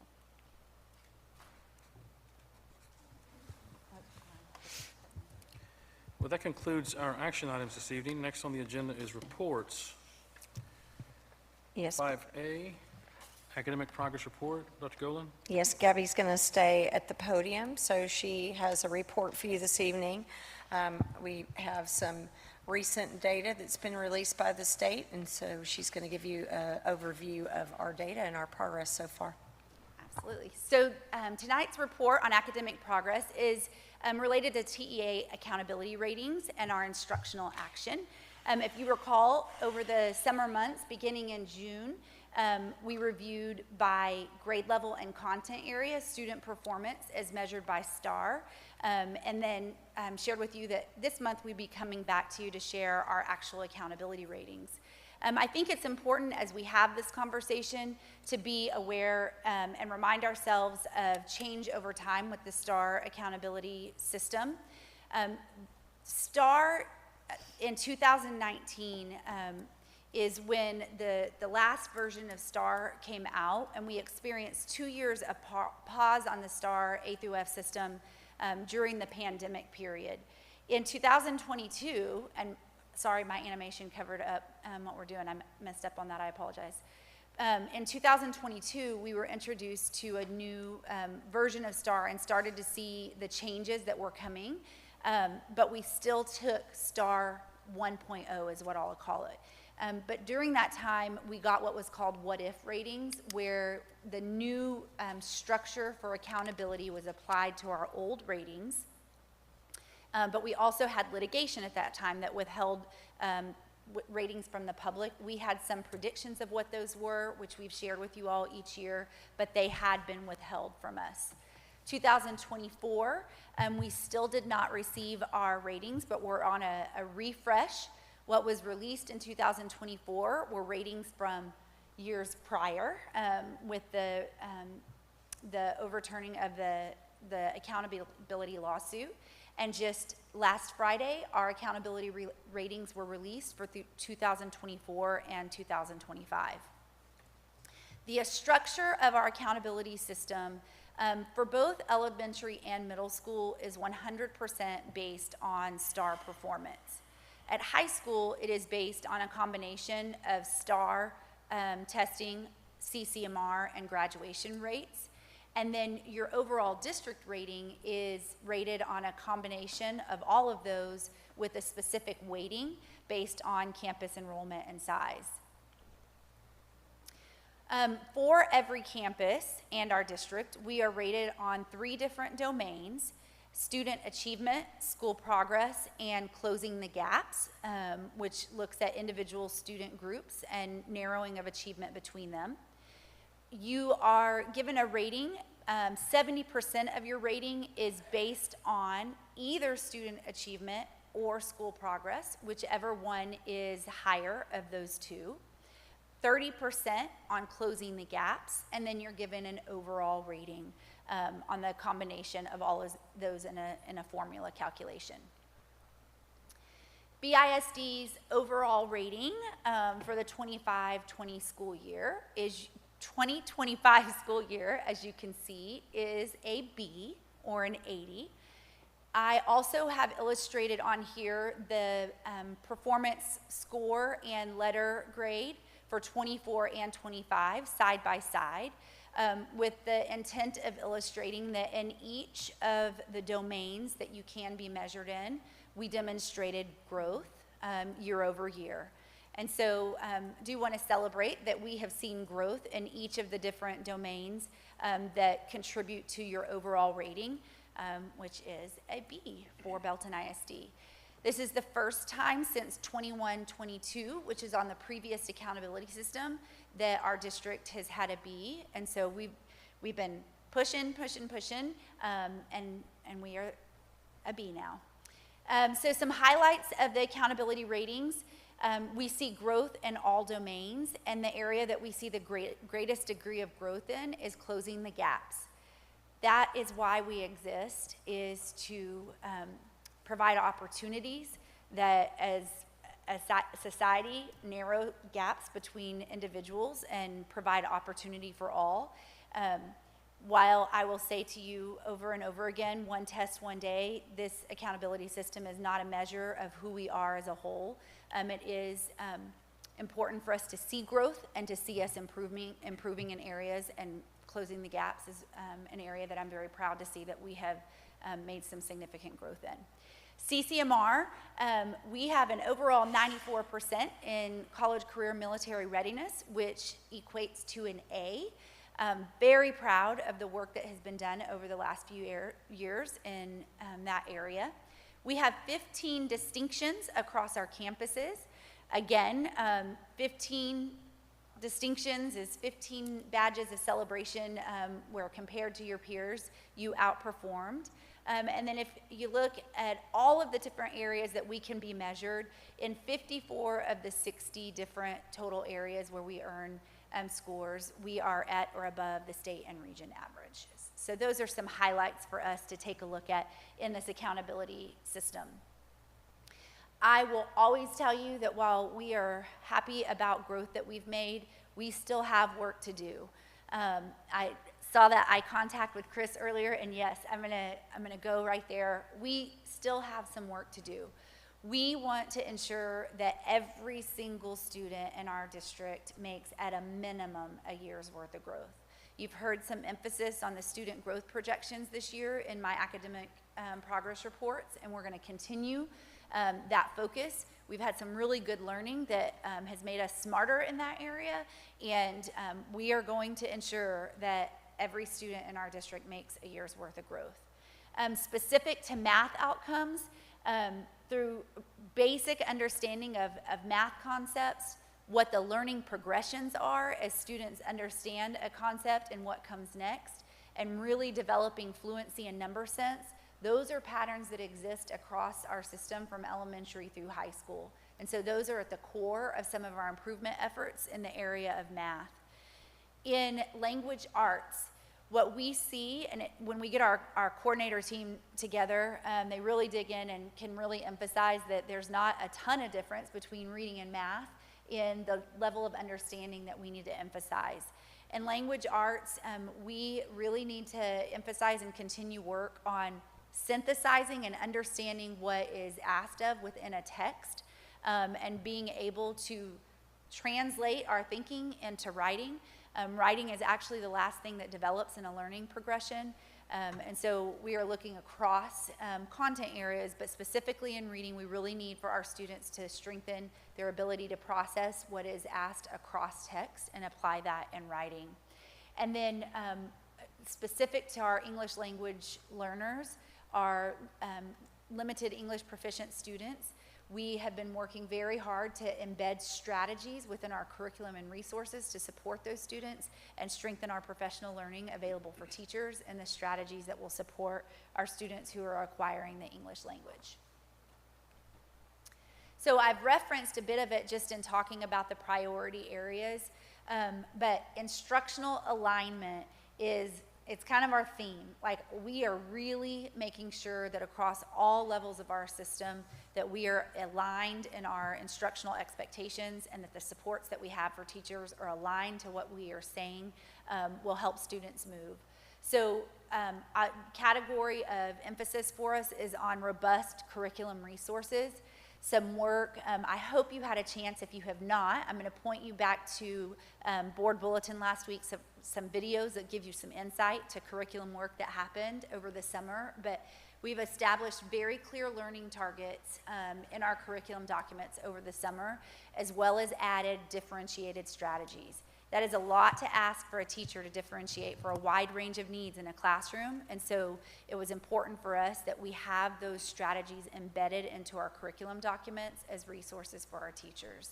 And then as you supported us in adopting high-quality instructional materials, we have systemic plans in place to support teachers with implementation of those. A priority focus area for our team this year is assessment for learning, and really investing a significant amount of work in understanding what it means to truly assess students for learning, building blueprints for assessment, and developing some performance-based tasks to include in our curriculum resources and in the experiences for students. What we mean by that is the best example that I can think of is what you see when you go to a robotics competition. Students are issued a challenge. This is the standard they need to meet, and then they work through that challenge to meet the target. That is a very much performance-based task and learning experience. And so we want to, we're prioritizing putting more experiences like that in place for students. And then really being able to pull out levels of questions to see how students are performing at those higher level questions that require critical thinking. And then one of the most important things that we need to do is really continue empowering our teachers as leaders in our system. A strategy that I think has yielded some results is that last year our curriculum team each identified a core group of teacher leaders that represents each campus to bring them into the curriculum work that actually builds your team. It builds your instructional leadership team on your campuses. And so that work will continue to go to a deeper level. It is those teams that will help in analysis of student performance and plan for what comes next on campuses. And so that's a key strategy for us, growing and empowering our teachers as leaders. And the best way to empower them is to put the best resources in their hands and then let their skills and expertise design the experiences for students. And so we are looking forward to continuing that work. I want to take some time for questions and discussion. Gabby, there's so much good here. This is such a great report. Thank you for all of your hard work. I mean, from the distinctions, seeing the instructional alignment, and the scores. And I also really appreciate your comment about the fact that this does not fully measure what we're trying to accomplish in our students, especially at the elementary and middle school level where, like you said, one test, one day. Mm-hmm. That does not evaluate any of our kids in a district. Empathy, just one example of one of our values that is not measured by a test, right? Thanks for bringing all that up. I love this instructional alignment because this is something you don't just crank out on one day. This is something you've worked hard on with your team, with Ben and Denise, to come down to our campuses. And I'm pretty sure, didn't 2 of our 3 high schools get an A? Is that right? Yes, 2 of our 3 high schools have an A, and I will also point out that although BHS was not an A, they had the highest growth. Significant growth, right? 12 points. Is that right? Yes. So they went up. So Belton High School went up 12 points. Mm-hmm. That is a huge amount of growth in 1 year. And so I just, again, just applaud you, the instructional team, our principal, Steele, Claudia Knox, and then our teachers that work really, really hard with our students. So it's just great to see this. Thank you. Chris? This is what I get most excited about. Gabby's like, let's go. Can we go up 3 more slides from here? Yes, sir. 1, 2, yeah, one more. No, maybe, yeah, this one here. All right, so I want to start here. Completely agree, Rocker, with everything you just said. Like, our kids are so much more than one test, one day, right? And, you know, we created the journey of a graduate for a reason, right? That's where the values are. This is just one look at what's going on. But I want to call out a couple things here, right, that I see when I look at this data. Closing the gaps, right? Take a look at that. That's a massive increase in closing the gaps, right? If you want to look for what is the definition of each and every, right? This is what we're looking for. We are looking to make sure that each and every one of our students has the ability to achieve, right? This is it. This is evidence that what we are doing and what we've been doing over the last several years is making a difference, right? And so, yeah, okay, this is based on the one test, one day, right? It's not the whole picture, but it's part of the picture, and I'm so proud of the work that's happened here, right? And the way that we're starting to see that in a number. So I hate that the whole teaching and learning team is not here, right? But this is like top to bottom, right? So again, this is another example of how do you take the mission and the vision and the values? How do you take the team in the middle, the curriculum and instruction? How do you take the instructional coaches? How do you get that into the classroom? And how do you get everybody fired up, pointed in one direction, and what can they do? They can make jumps like this, right? And so I'm so psyched, right? We got work to do. I'm so psyched about this jump, though, right? This is why we're here. This is what we're doing. Can we go down one slide? Yeah, other way. There we go. Okay, so if there's one thing I'm most proud of during my time on the board, and I'm blanking on the number right now, but our change in CCMR since I joined the board in 2018 is absolutely ridiculous. I mean, I feel like our graduation rate actually was somewhere in like the 60s. And like the change in our CCMR, right? College, career, and military readiness, the fact that we've got an A here, right? Again, I'm going to point at teaching and learning. I know Denise was here earlier from a CTE standpoint. What we are doing from a readiness standpoint, and what you talked about, the 3 high schools, right? That's almost unheard of when you take a look at surrounding districts with multiple high schools. Like, you don't end up with high schools at that level, right, from a rating standpoint. Again, this is probably the thing that I'm most proud of out of the whole thing, like, during my time on the board. I've spent a lot of time trying to kind of work in items here. And just thank you. This is so awesome to see. And we're not done, right? And I think that the beautiful thing about what we've got going on here is we've got some successes. but we also know kind of where those spots are that we got to continue, right? And we're not shying away from those things that we need to do. We are taking the steps, we're owning it, we're naming it, we're taking it back to the workshop. We're doing what we need to do to try to crank the rest of that stuff. And so, you know, while we would love all these to be A's across the board, we're cranking. And so thank you. Please get that back to the team. Like we are seeing the results, at least from my seat, I'm seeing the results and I'm so energized by it. Yeah, I think I'll leave it there. Thank you. Well, just real quickly, Chris, and we showed y'all data in a past academic progress report.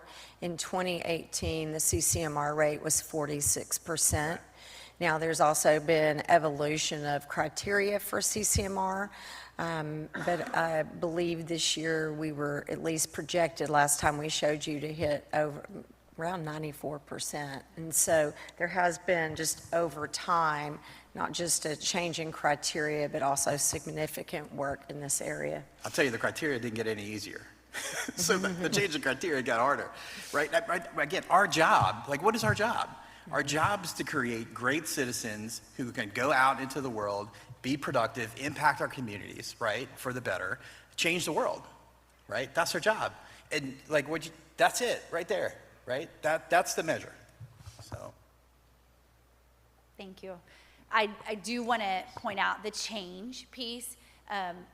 It was just referenced that the changes, they evolve, and we are expecting that we will likely see change with this being a priority and special session as well. But we are going to stay super close to the changes and make sure that we continue to hold high expectations and continue growing. That's what the alignment's about with our team. Yes, partnering very closely with Ben and Denise and support for campuses, and we're going to keep that alignment happening. Anyone else? That's right. It's hard to follow. Oh. Yeah, it's hard to follow. Yeah, Oh, so sorry, I'll Brandon, go just be boring. I mean, I'm still excited, just not as animated as Chris. But I just want to brag. I think I read that, like it was, and you might have already said it, but I'm going to repeat it anyways. Only 24% of districts in the state saw a letter grade change this year, or an upward move in their letter grade, and we were one of them. So that's something to be proud of. And if you look, it's across all categories of improvement. So certainly, way to go. Thank you. That wasn't boring. Yeah. That was awesome. That's pretty good. So I will say, and I know many of you have said it, so the amount of curriculum rewriting, so as we looked at root cause, one of our challenges, and certainly we heard it in teacher listening sessions, was around the need to significantly alter the curriculum and really identify high priority learning standards in the curriculum and really build resources that were actually resources teachers would take out and utilize. And so the year and a half worth of curriculum revisions, the alignment of professional learning, the systems alignment, the data systems that are being put into place, as well as just aligning systems with, as you said, our instructional coaches, our assistant principals, and our principals. And so that has been a lot of hard work, and just really proud of lots of faces in this audience here. Again, our work's not even close to being finished. I don't know that our work ever will be finished, but we are highly motivated. Our theme for convocation was Game On, and it is Game On, because this reflects the faces of our students in our community. Each and every student, we committed to a vision. Each and every learner would be empowered to pursue their dreams. And so we're going to keep working the work, and I'm proud of our team. You know, Gabby, when you were going to speak tonight, I'm not surprised as what's happened here. Just listening to you last year, beginning of the year, and then you gave us some progress reports during the course of the year. This is not surprising to me, but as was said earlier, this is what it's all about, right? And different things that you do in life, you can pick one area of your life and say, this is what it's all about. But for us up here, this is what it's all about. The evidence can't be any stronger than this, right? So if there are naysayers out there about the performance of BISD and what BISD is doing and what BISD is capable of doing and what BISD is going to do, this is just the beginning, right? Some of these numbers are just off the charts in terms of change, in terms of improvement. This should bring a smile to everyone's face, right? Everybody. So thank you. I know there's a lot of folks that took a part in this. Dr. Golden, you got some good folks around you, you know what? Yeah, and we've got amazing world-class team of teachers, and they're working hard every single day in the classroom. You're seeing their efforts, and so, yeah, super proud of our entire team. And Gabby, it's just ironic that we celebrated your team this evening, you know, all the folks that you have behind you. So obviously you've got a great team. Ben, Denise, we can't thank you enough for the work that you guys put into this district. Proof's in the pudding, right? So thank you very much. They are incredible. Thank you all very much for your support. All right, this takes us to 5B, 2022 Bond Projects Report. Dr. Golan? Yes, Dr. Morgan's coming back up to the podium. He's going to give you a report on some of our bond projects from the Bond 2022. Thanks, Dr. Golden. Board, my pleasure to be here once again. And as this report tonight basically will focus on Proposition A as it has, and then I will address a follow-up on Proposition B later. But you can see our construction projects. That was really the meat of our Proposition A, the 7 primary construction projects. I want to give you a quick update on these, and they're very rapidly coming to a close. As you can see, the ones in red are the ones that we have already finished and we've already closed out. We've brought closeout documents to you, and if there was a guaranteed maximum price, a GMP, we have already settled out with all of our closeout savings, et cetera. The 3 in the middle, Belton High School additions and renovations, Lake Belton School, Middle School additions and renovations, and Southwest Elementary have all been, the work is completed. We are really down to the last thing. There were some auxiliary HVAC equipment placed at the BHS auxiliary gym that was installed back in June. We are finishing the commissioning of that equipment, of those air handlers. And then we just have to complete our construction audit and close out documents on those 3 projects. And when I talk about financials later, that's one of the reasons we're still going to have some savings from those projects that will impact kind of our final closeout. And as we move into the final phase, which is some of the HVAC priorities or some of the HVAC programs that are right here at the end of the bond.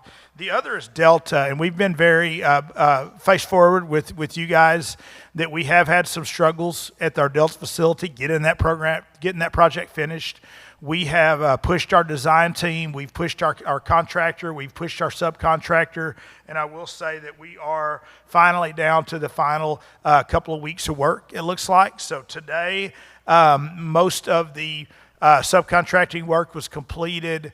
They're doing a cleanup of the facility tonight. The crews will be there in the morning to polish, do all of the polished concrete, and then we expect furniture crews to be there first thing Wednesday morning, and then we will come back and finish the installation of kitchen equipment and a few more little things here and there, and then next week be able to focus in on commissioning, start commissioning of the equipment, and start final punch list items, and then allow staff to start getting into the facility and be trained on some of the specialized equipment that's going to be located there to serve that population of students. So it has been a long process to complete that program, the Delta program facility, but we are very happy that we are in the final stages and we'll have students in that facility very soon.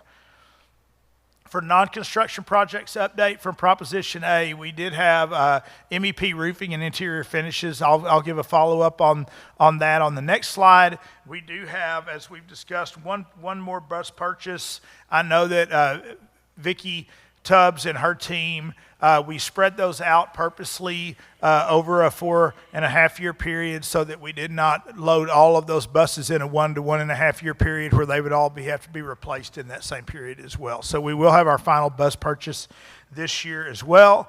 And then land purchase has switched to red. As tonight, we brought forward to you a action item for our final land purchase of the 2022 bond, the New Tech facility upgrades, which we've discussed in depth over the past 3 years, which were completed primarily using M&O funds and not bond funds in the summer of 2022.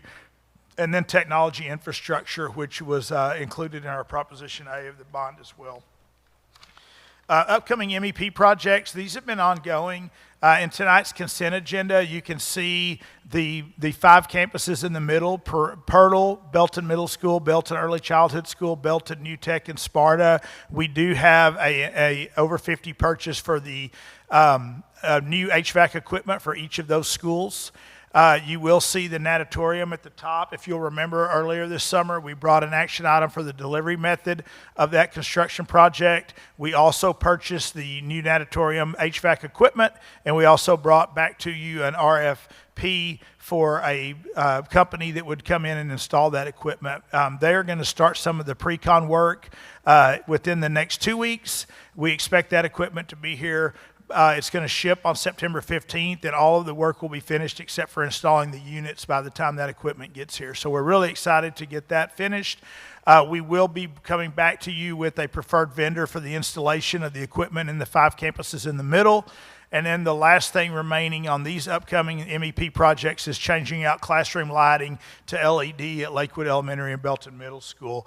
And that's a portion that was included in the 2022 bond. We do know that in a future bond, potentially Lakewood and Belton Middle School will be receiving additional renovations as well. To the financial standpoint, we are, until the knowns that come back from Lake Belton Middle, Belton High, and Southwest Elementary, to date, we've closed out about $4.8 million in buyout savings, unspent contingencies and allowances from the GMP of these projects. We do still have some remaining balance of work down below.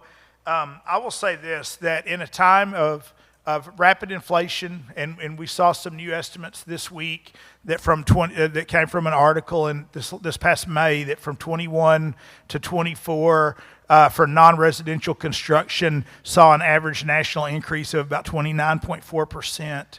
That we will be able to say that we will have delivered on all of our construction projects.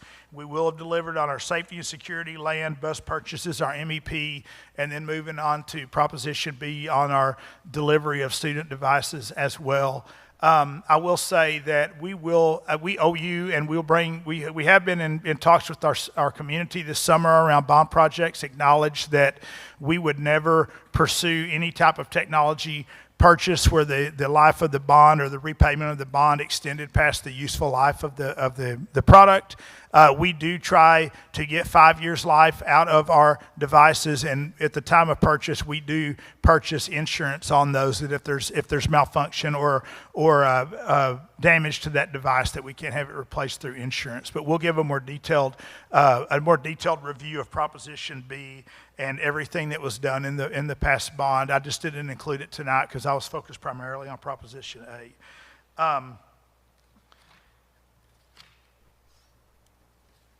And so with that said, I would be open to any discussion. Tonight was a report. Like I say, we're excited about Delta facility. We're excited to get our 7 construction projects all wrapped up, and we're excited to move on to the final stage, and that's a significant investment at HVAC in 5 of our older campuses, as well as in our natatorium, in addition to the HVAC, almost $5 million worth of HVAC work that took place at Belton High School, Lake Belton Middle School, Southwest Elementary, and then we did a DAEP HVAC improvement over the summer that just completed as well, and we've gotten reports that that's made a big difference in that campus as well. So I would entertain any discussion at this point, and or any comments or questions about our bond program. Any questions, comments? Riley? Yeah, I have a question. On some of those bonds that have dragged out, have we been lacking penalty clauses or in the contracts, or what's allowed them to drag out? There are damage clauses in all of those contracts, and that's one of the things that will be settled up prior to closeout. Great question.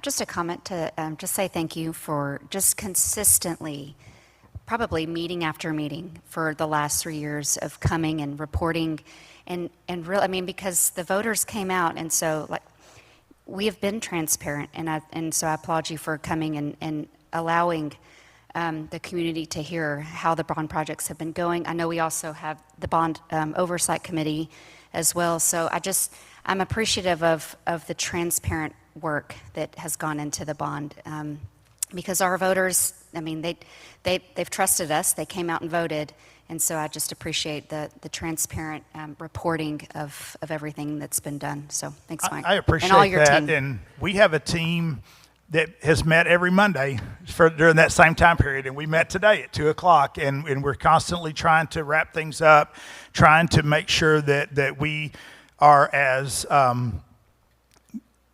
productive as we can and that we save as much money as we can.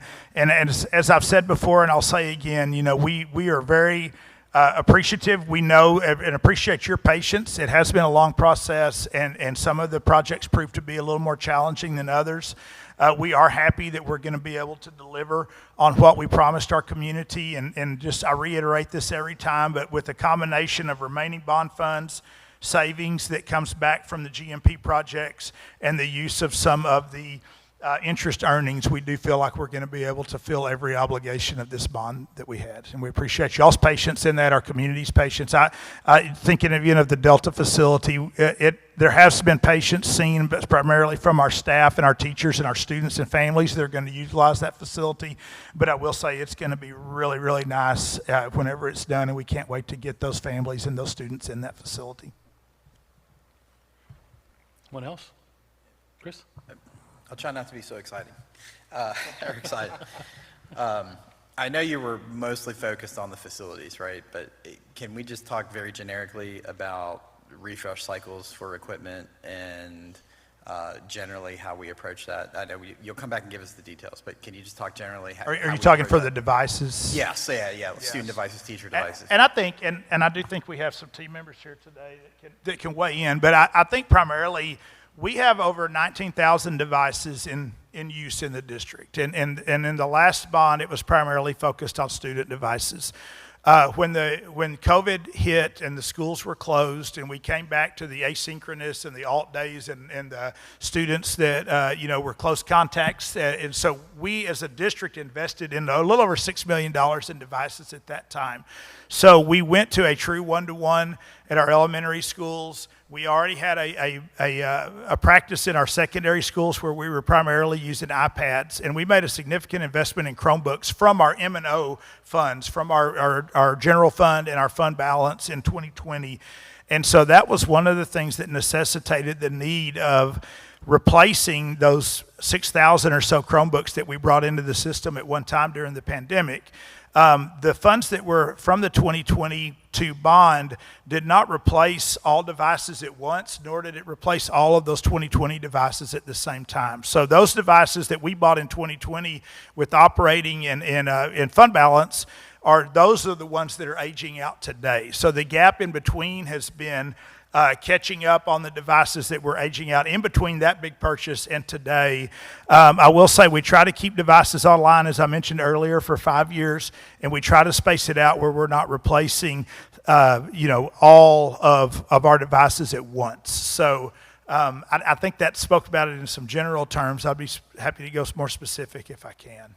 Yeah, I think that was what I was I will say too, though, we were clear in the current proposal that we brought to y'all last Thursday that we would not entertain any option for that type of funding where we did not have that debt repaid prior to or at the useful life of the device.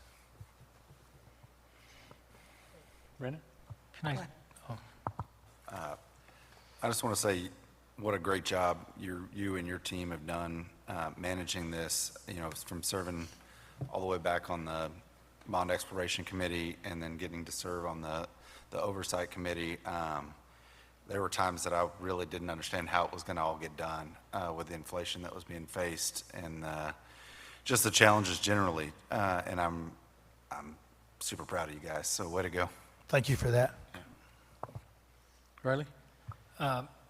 I'm guessing a couple of questions might come up from citizens about the land purchase tonight. Sure. And that's taken from here. So what's been my observation, I served on the bond committee, is basically what is set out on the bonds, that's what we use it for. So as we just, basically, if it said it's going to be used for this middle school, this much is going to be used for land. So could you speak to that, just so people can understand Yeah. that that was set up several years ago? That's a great question. And as we've been going through, I went back and studied a lot of the decisions that went into the 2022 bond. And initially, we only had around $2 million set aside for land. And it was important to the board that we had then to really be future focused. And so we did end up with a final recommendation and a final bond program that had about $7 million for future land purchase. We have tried in every way, and I think this is the testament to trying to find a way to make sure that we fulfill our obligations at a time whenever, regrettably, some districts have either had to scale back on projects substantially or even eliminate some projects from their bond package.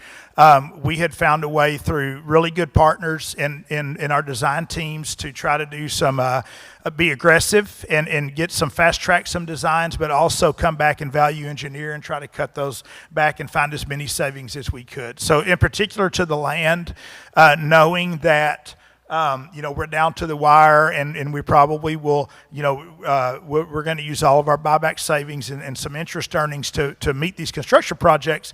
We also made a commitment to our community that $7 million is what we promised we would put towards future land use, and we're going to be right at that amount. So fair question and a good question as well. Well, and just one last thing. So all of the elementary devices that we just replaced were 5 years or older. And so Mike said we wouldn't extend the payment of a device longer than the life cycle of that longer than the life of that device. We can't. It's not just that we wouldn't, but we can't. And so I just wanted to add that clarification on the device piece. Thank you, Dr. Morgan. Thank you. Okay, that takes us to item 5C, Board Committee Reports. Dr. Golden, looks like you and I are listed there. Yes, so this is a new item that we have added to the board agenda, and we'll keep it as a standing agenda item, but just gives our committee members an opportunity to, just one member per committee, just do a quick high level of what we discussed in our various committees this month. And so we were going to start with budget. All right. Well, good news. This is going to be really short. We've taken all the action today on everything that we've been working on. So we've been talking about budget. We've been talking about tax rate. And you got like the workshops that we've gone through for at least the last 2 workshops around that, right, have been the work that we're doing. So nothing new to add. Next committee. I think it's facilities. Jeff? What are you Okay, well, I can't do quite as fast as that, but I'm going to be pretty close. So facilities, we discussed 2022 bond projects. You just saw that. We discussed the 2025 bond proposals, election, whatever. You saw that last week. And we discussed land purchase, which you saw tonight. So we had 3 things on that agenda. All 3 things you're not experts on, and you know as much as we do. So thank you. Last but not least is policy. Ours will be a little bit longer, but I'll be brief, okay?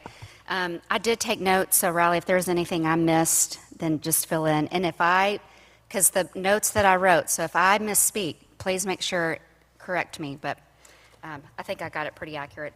But I will say, everything that was on our policy agenda a couple of weeks ago is in your consent agenda, so you probably have already read, so I'll just expand a little bit on those. Policy Update 124 involved CDA local, which is about revenue and investments, and by law, we have to review that every single year. And so there was just some added language around those who can be sellers of investments, specifically investment pools, which some of that stuff is so complex. So I'm learning a lot of that, but they have to be in good standing and meet specific guidelines. Policy Update 125 included BDAA local, which is on board officer duties and requirements. And so there was a line that was taken out that had to do about us. I already moved my paper, but we can assign a district employee to essentially do clerical work for the board. that was struck out. But we all know who keeps our board in line, and that's Miss Becca. She serves under Melinda, and so big shout out to Becca. She keeps us organized and compliant, and she keeps us going in the right direction. There was also just some renumbering of the roles of us, the board officers. It just cleaned up a few semantics of some words. Literally, just a word here and there was changed. But nothing changed in the context or meaning. And then BDF Local was also, it was a new policy that was based on law that talked about forming advisory committees, but that's already been kind of a practice that we're already doing. So super just proud of, I feel like we take a lot of proactive steps. And so talked briefly on that one. And then local district update on, we had 3 policies, which I won't talk much on, but the first reading of EFB Local, which Gabby came up and talked about I've been calling it SLAC, but it's SLAC. And so I won't talk much about that because Gabby gave such a great report on that. We talked briefly about FNCE Local, which is about the personal communication devices, and our policy just had to reflect the new state law. And again, we were proactive in that last year, back last January, so we just had to make sure that our policy just reflected some of that as well. And then the last one was on FD Local, which is around admissions regarding UIL. So this had to do with another, last month we took board action on the homeschool UIL. And so basically what we have to do is we have to put that into policy, so it has to be written. So we took the board action last month to not allow homeschool students to participate in UIL. That also had to be reflected in our policy as well. And I think that's it. Riley, anything? Did I miss anything? Okay. Was that all correct and accurate? Okay. Thank you, Erin. Okay, that takes us down to 5D. Dr. Golan, your report. All right, thank you, Board. A lot's happened since the last time we saw each other in a regular board meeting. We had an incredible convocation, and so thank y'all so much for being there and cheering on our staff and playing along with us. I got so many comments about how so many people appreciate that when you go to convocation, like you're just part of the team, and that was really recognized last year and then again this year. And so we welcomed back over 2,000 plus team members, and again, shout out to UMHB. They loaned us this space, and so they don't charge us for that, and it's an incredible partnership with UMHB. And we had a great time kicking off this school year, and our theme was Game On, and I love that it was the voices of our staff that helped really shape convocation this year. And so shout out to our communications team for the great job they did in creating that and in supporting that whole experience. And so I know you know our vision. I say it all the time. I'm going to keep saying it because this is what we aspire to be. We want to empower each and every learner to pursue their dreams and enrich their communities. That enriching community piece is so important. And what you see here are pictures. We had a great event bringing our campus principals and leaders to the table with our military partners. So it was a great kickoff for the year as we launched into this school year, and we are so incredibly blessed and thankful for their service, and that they continue to serve their community through their partnerships with each of our campuses. We also kicked off a lot of professional learning. So a lot of what Gabby was talking about in the academic report, there's a lot of professional learning behind the scenes that support that. Again, we listen in listening sessions. We are continuing to get better and better with our professional learning and support of our teachers, and we did Para World, y'all. So we did a great experience for our paraprofessionals, really listening to their needs and their concerns shared in listening sessions as well. And so super excited for what happened this summer and the launch of the school year. We already talked about convocation, and that's just, I love the pictures, I think, tell the story of the excitement and the energy that was in the room. And so the school spirit, just within in each individual school or department, but also the collective spirit of coming together and being part of a team pursuing worthy goals, was a whole lot of fun. So again, thank you all so much for joining in on that fun. And we've started school since the last time we were in a general session, a general board meeting. And I will tell you, this was the smoothest start to a school year I personally, professionally have ever experienced. And that is thanks to the incredible work of our teachers, our campuses, our support staff. Our transportation team worked so hard after some challenges last year to really put some improvements in place, and we really felt that and saw that. And I think just these pictures tell it, like our kids were ready to be back. They were ready, whether all will admit that, I will tell you, they're ready to be back. They're ready to see their friends. They're ready to get the school year started. And I stood at both Lake Belton High School and Belton High School. I hit both of those campuses during a lunch period and just stood back and watched. I did not see a single device. I saw students actually engaging and talking to each other, laughing, and it was just really great to see our students engaging with each other and connecting. And so we're excited our kids are back. I will end with, and not to take anything away from our academic performance, but we actually also received some financial awards this week. So we received from the Association of School Business Officials International a Certificate of Excellence in Financial Reporting.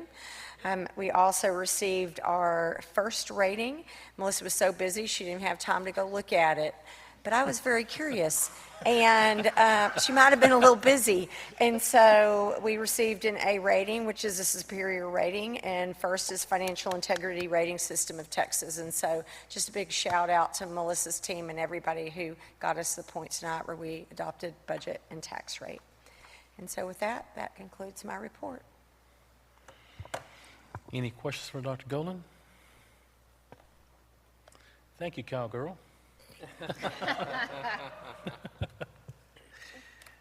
Okay, that takes us to item 5E, board highlights. Anyone want to share anything that they've, Rucker. Yep.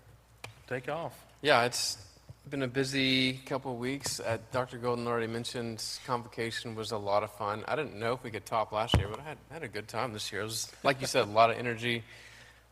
First day of school was awesome. I got to go to Sparta, Belton Middle, and Belton High School, and I witnessed what you just described. It was extremely smooth. Parents walking in, not too many kindergartners crying, no high schoolers crying that I saw. It is interesting seeing the difference in middle school and high school and elementary. It's always fun to go to all three of them. Meet the Tigers, there's been some tennis matches. Meet the Tigers is really great. I want to give a shout out to all the coaches getting the kids ready for the school year. They get started obviously right when school ends in May and then work all through summer.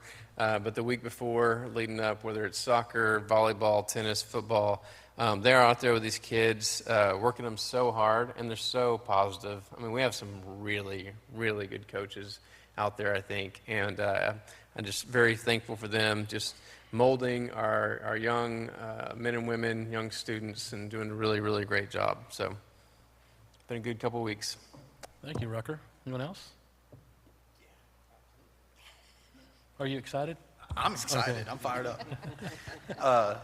Convocation, I mean, awesome. I don't have to say anything more about it. It was absolutely energizing.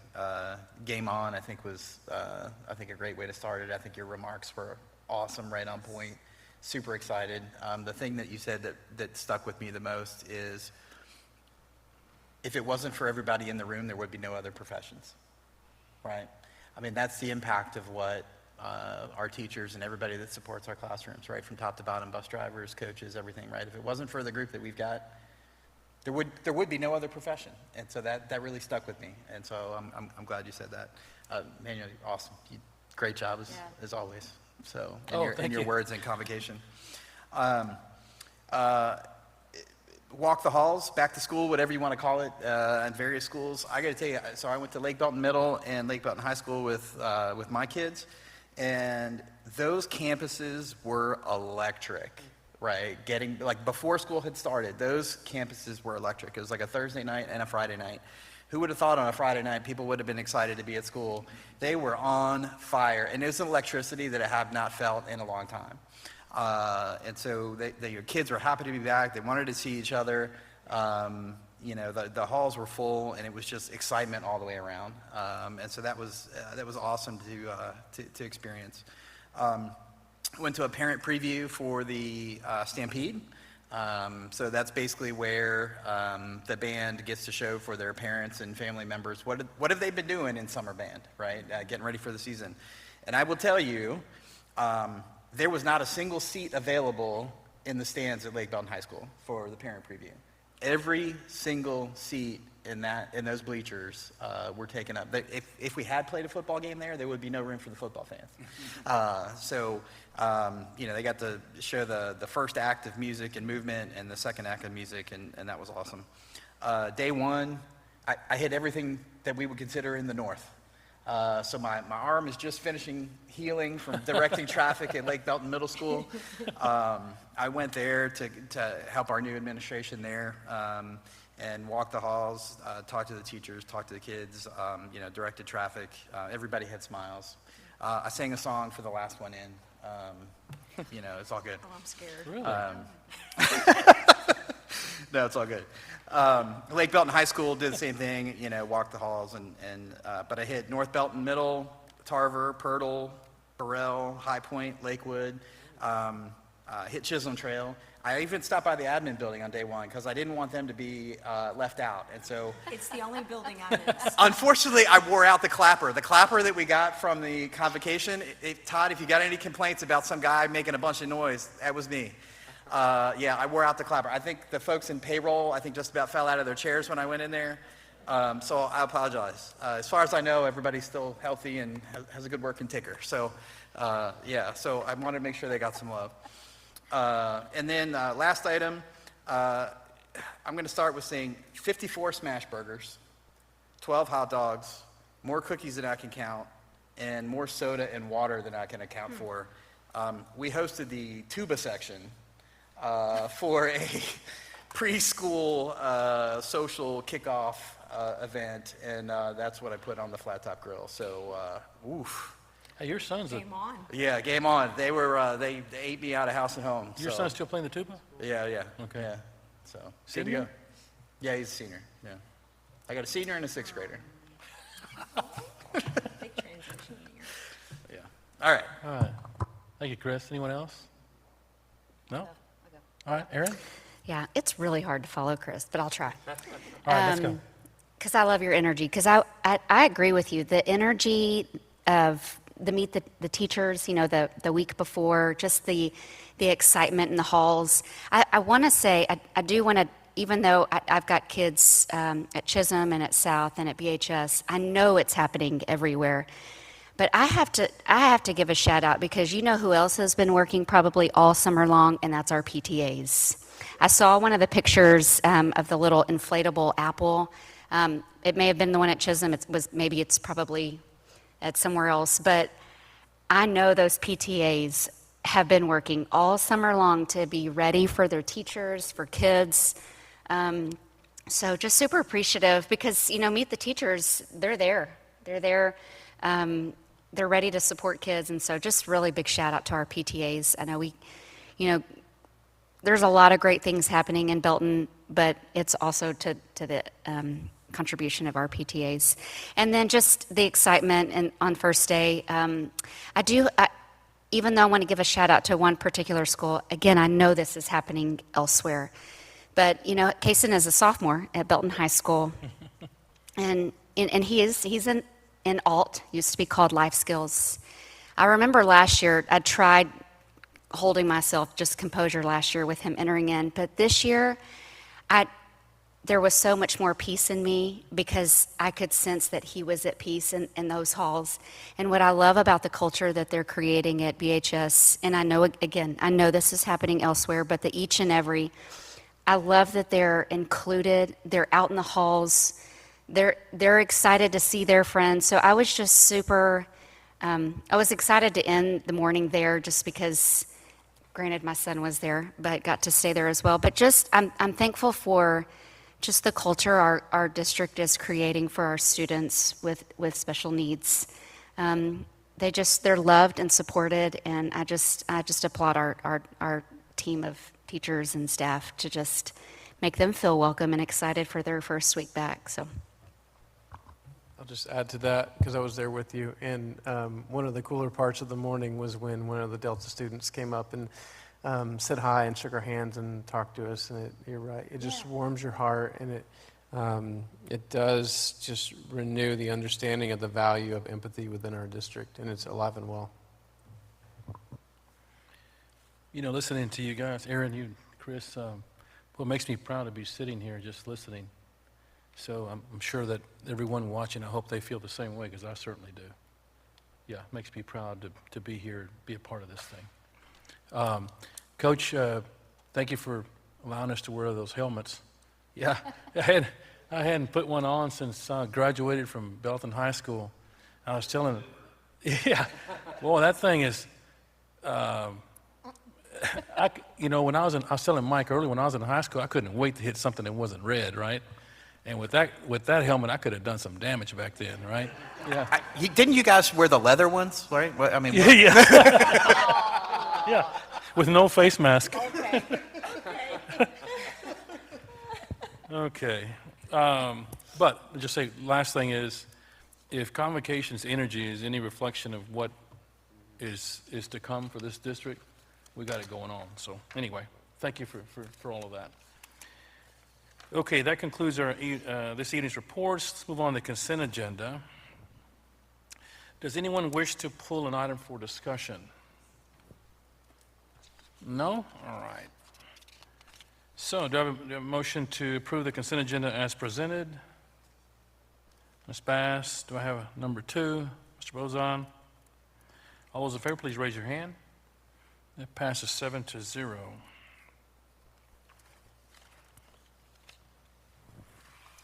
Public comments on non-agenda items? None. Okay. That takes us to item 8, closed session. The time is 8:30 p.m., and the board will now go into closed session for A, student disciplinary matter, Texas Government Code Section 551.082, B, personnel, Texas Government Code Section 551.074, consider superintendent recommendation regarding termination of Beato Giostino, term contract employee, and C, consultation with attorney, Texas Government Code Section 551.071.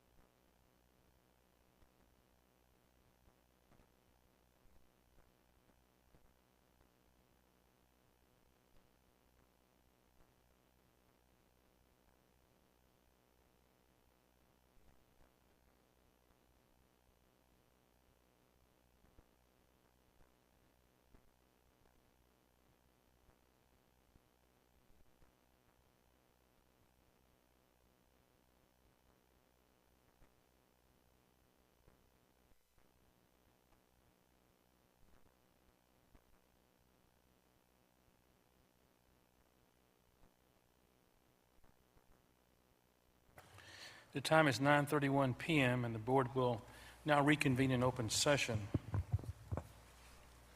Moving on to item 10, action item, termination of Prieto Giustino, term contract employee. Is there a motion? Mr. President, I move to terminate the employment of Pietro Giustino under his term contract for the 25-26 school year effective immediately. I move that the record reflect the following. On July 21st, 2025, the board proposed Mr. Giustino's term contract be terminated for good cause. The employee received written notice of the proposed termination on July 23rd, 2025.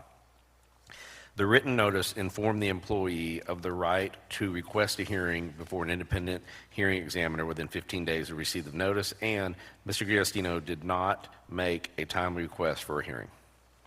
Do you have a second? Mr. Floor? There being no further discussion, all in favor, please raise your hand. That passes 7-0. All action items, reports, and consent items for this meeting have been addressed. There being no further business, this meeting is adjourned at 9:32 PM.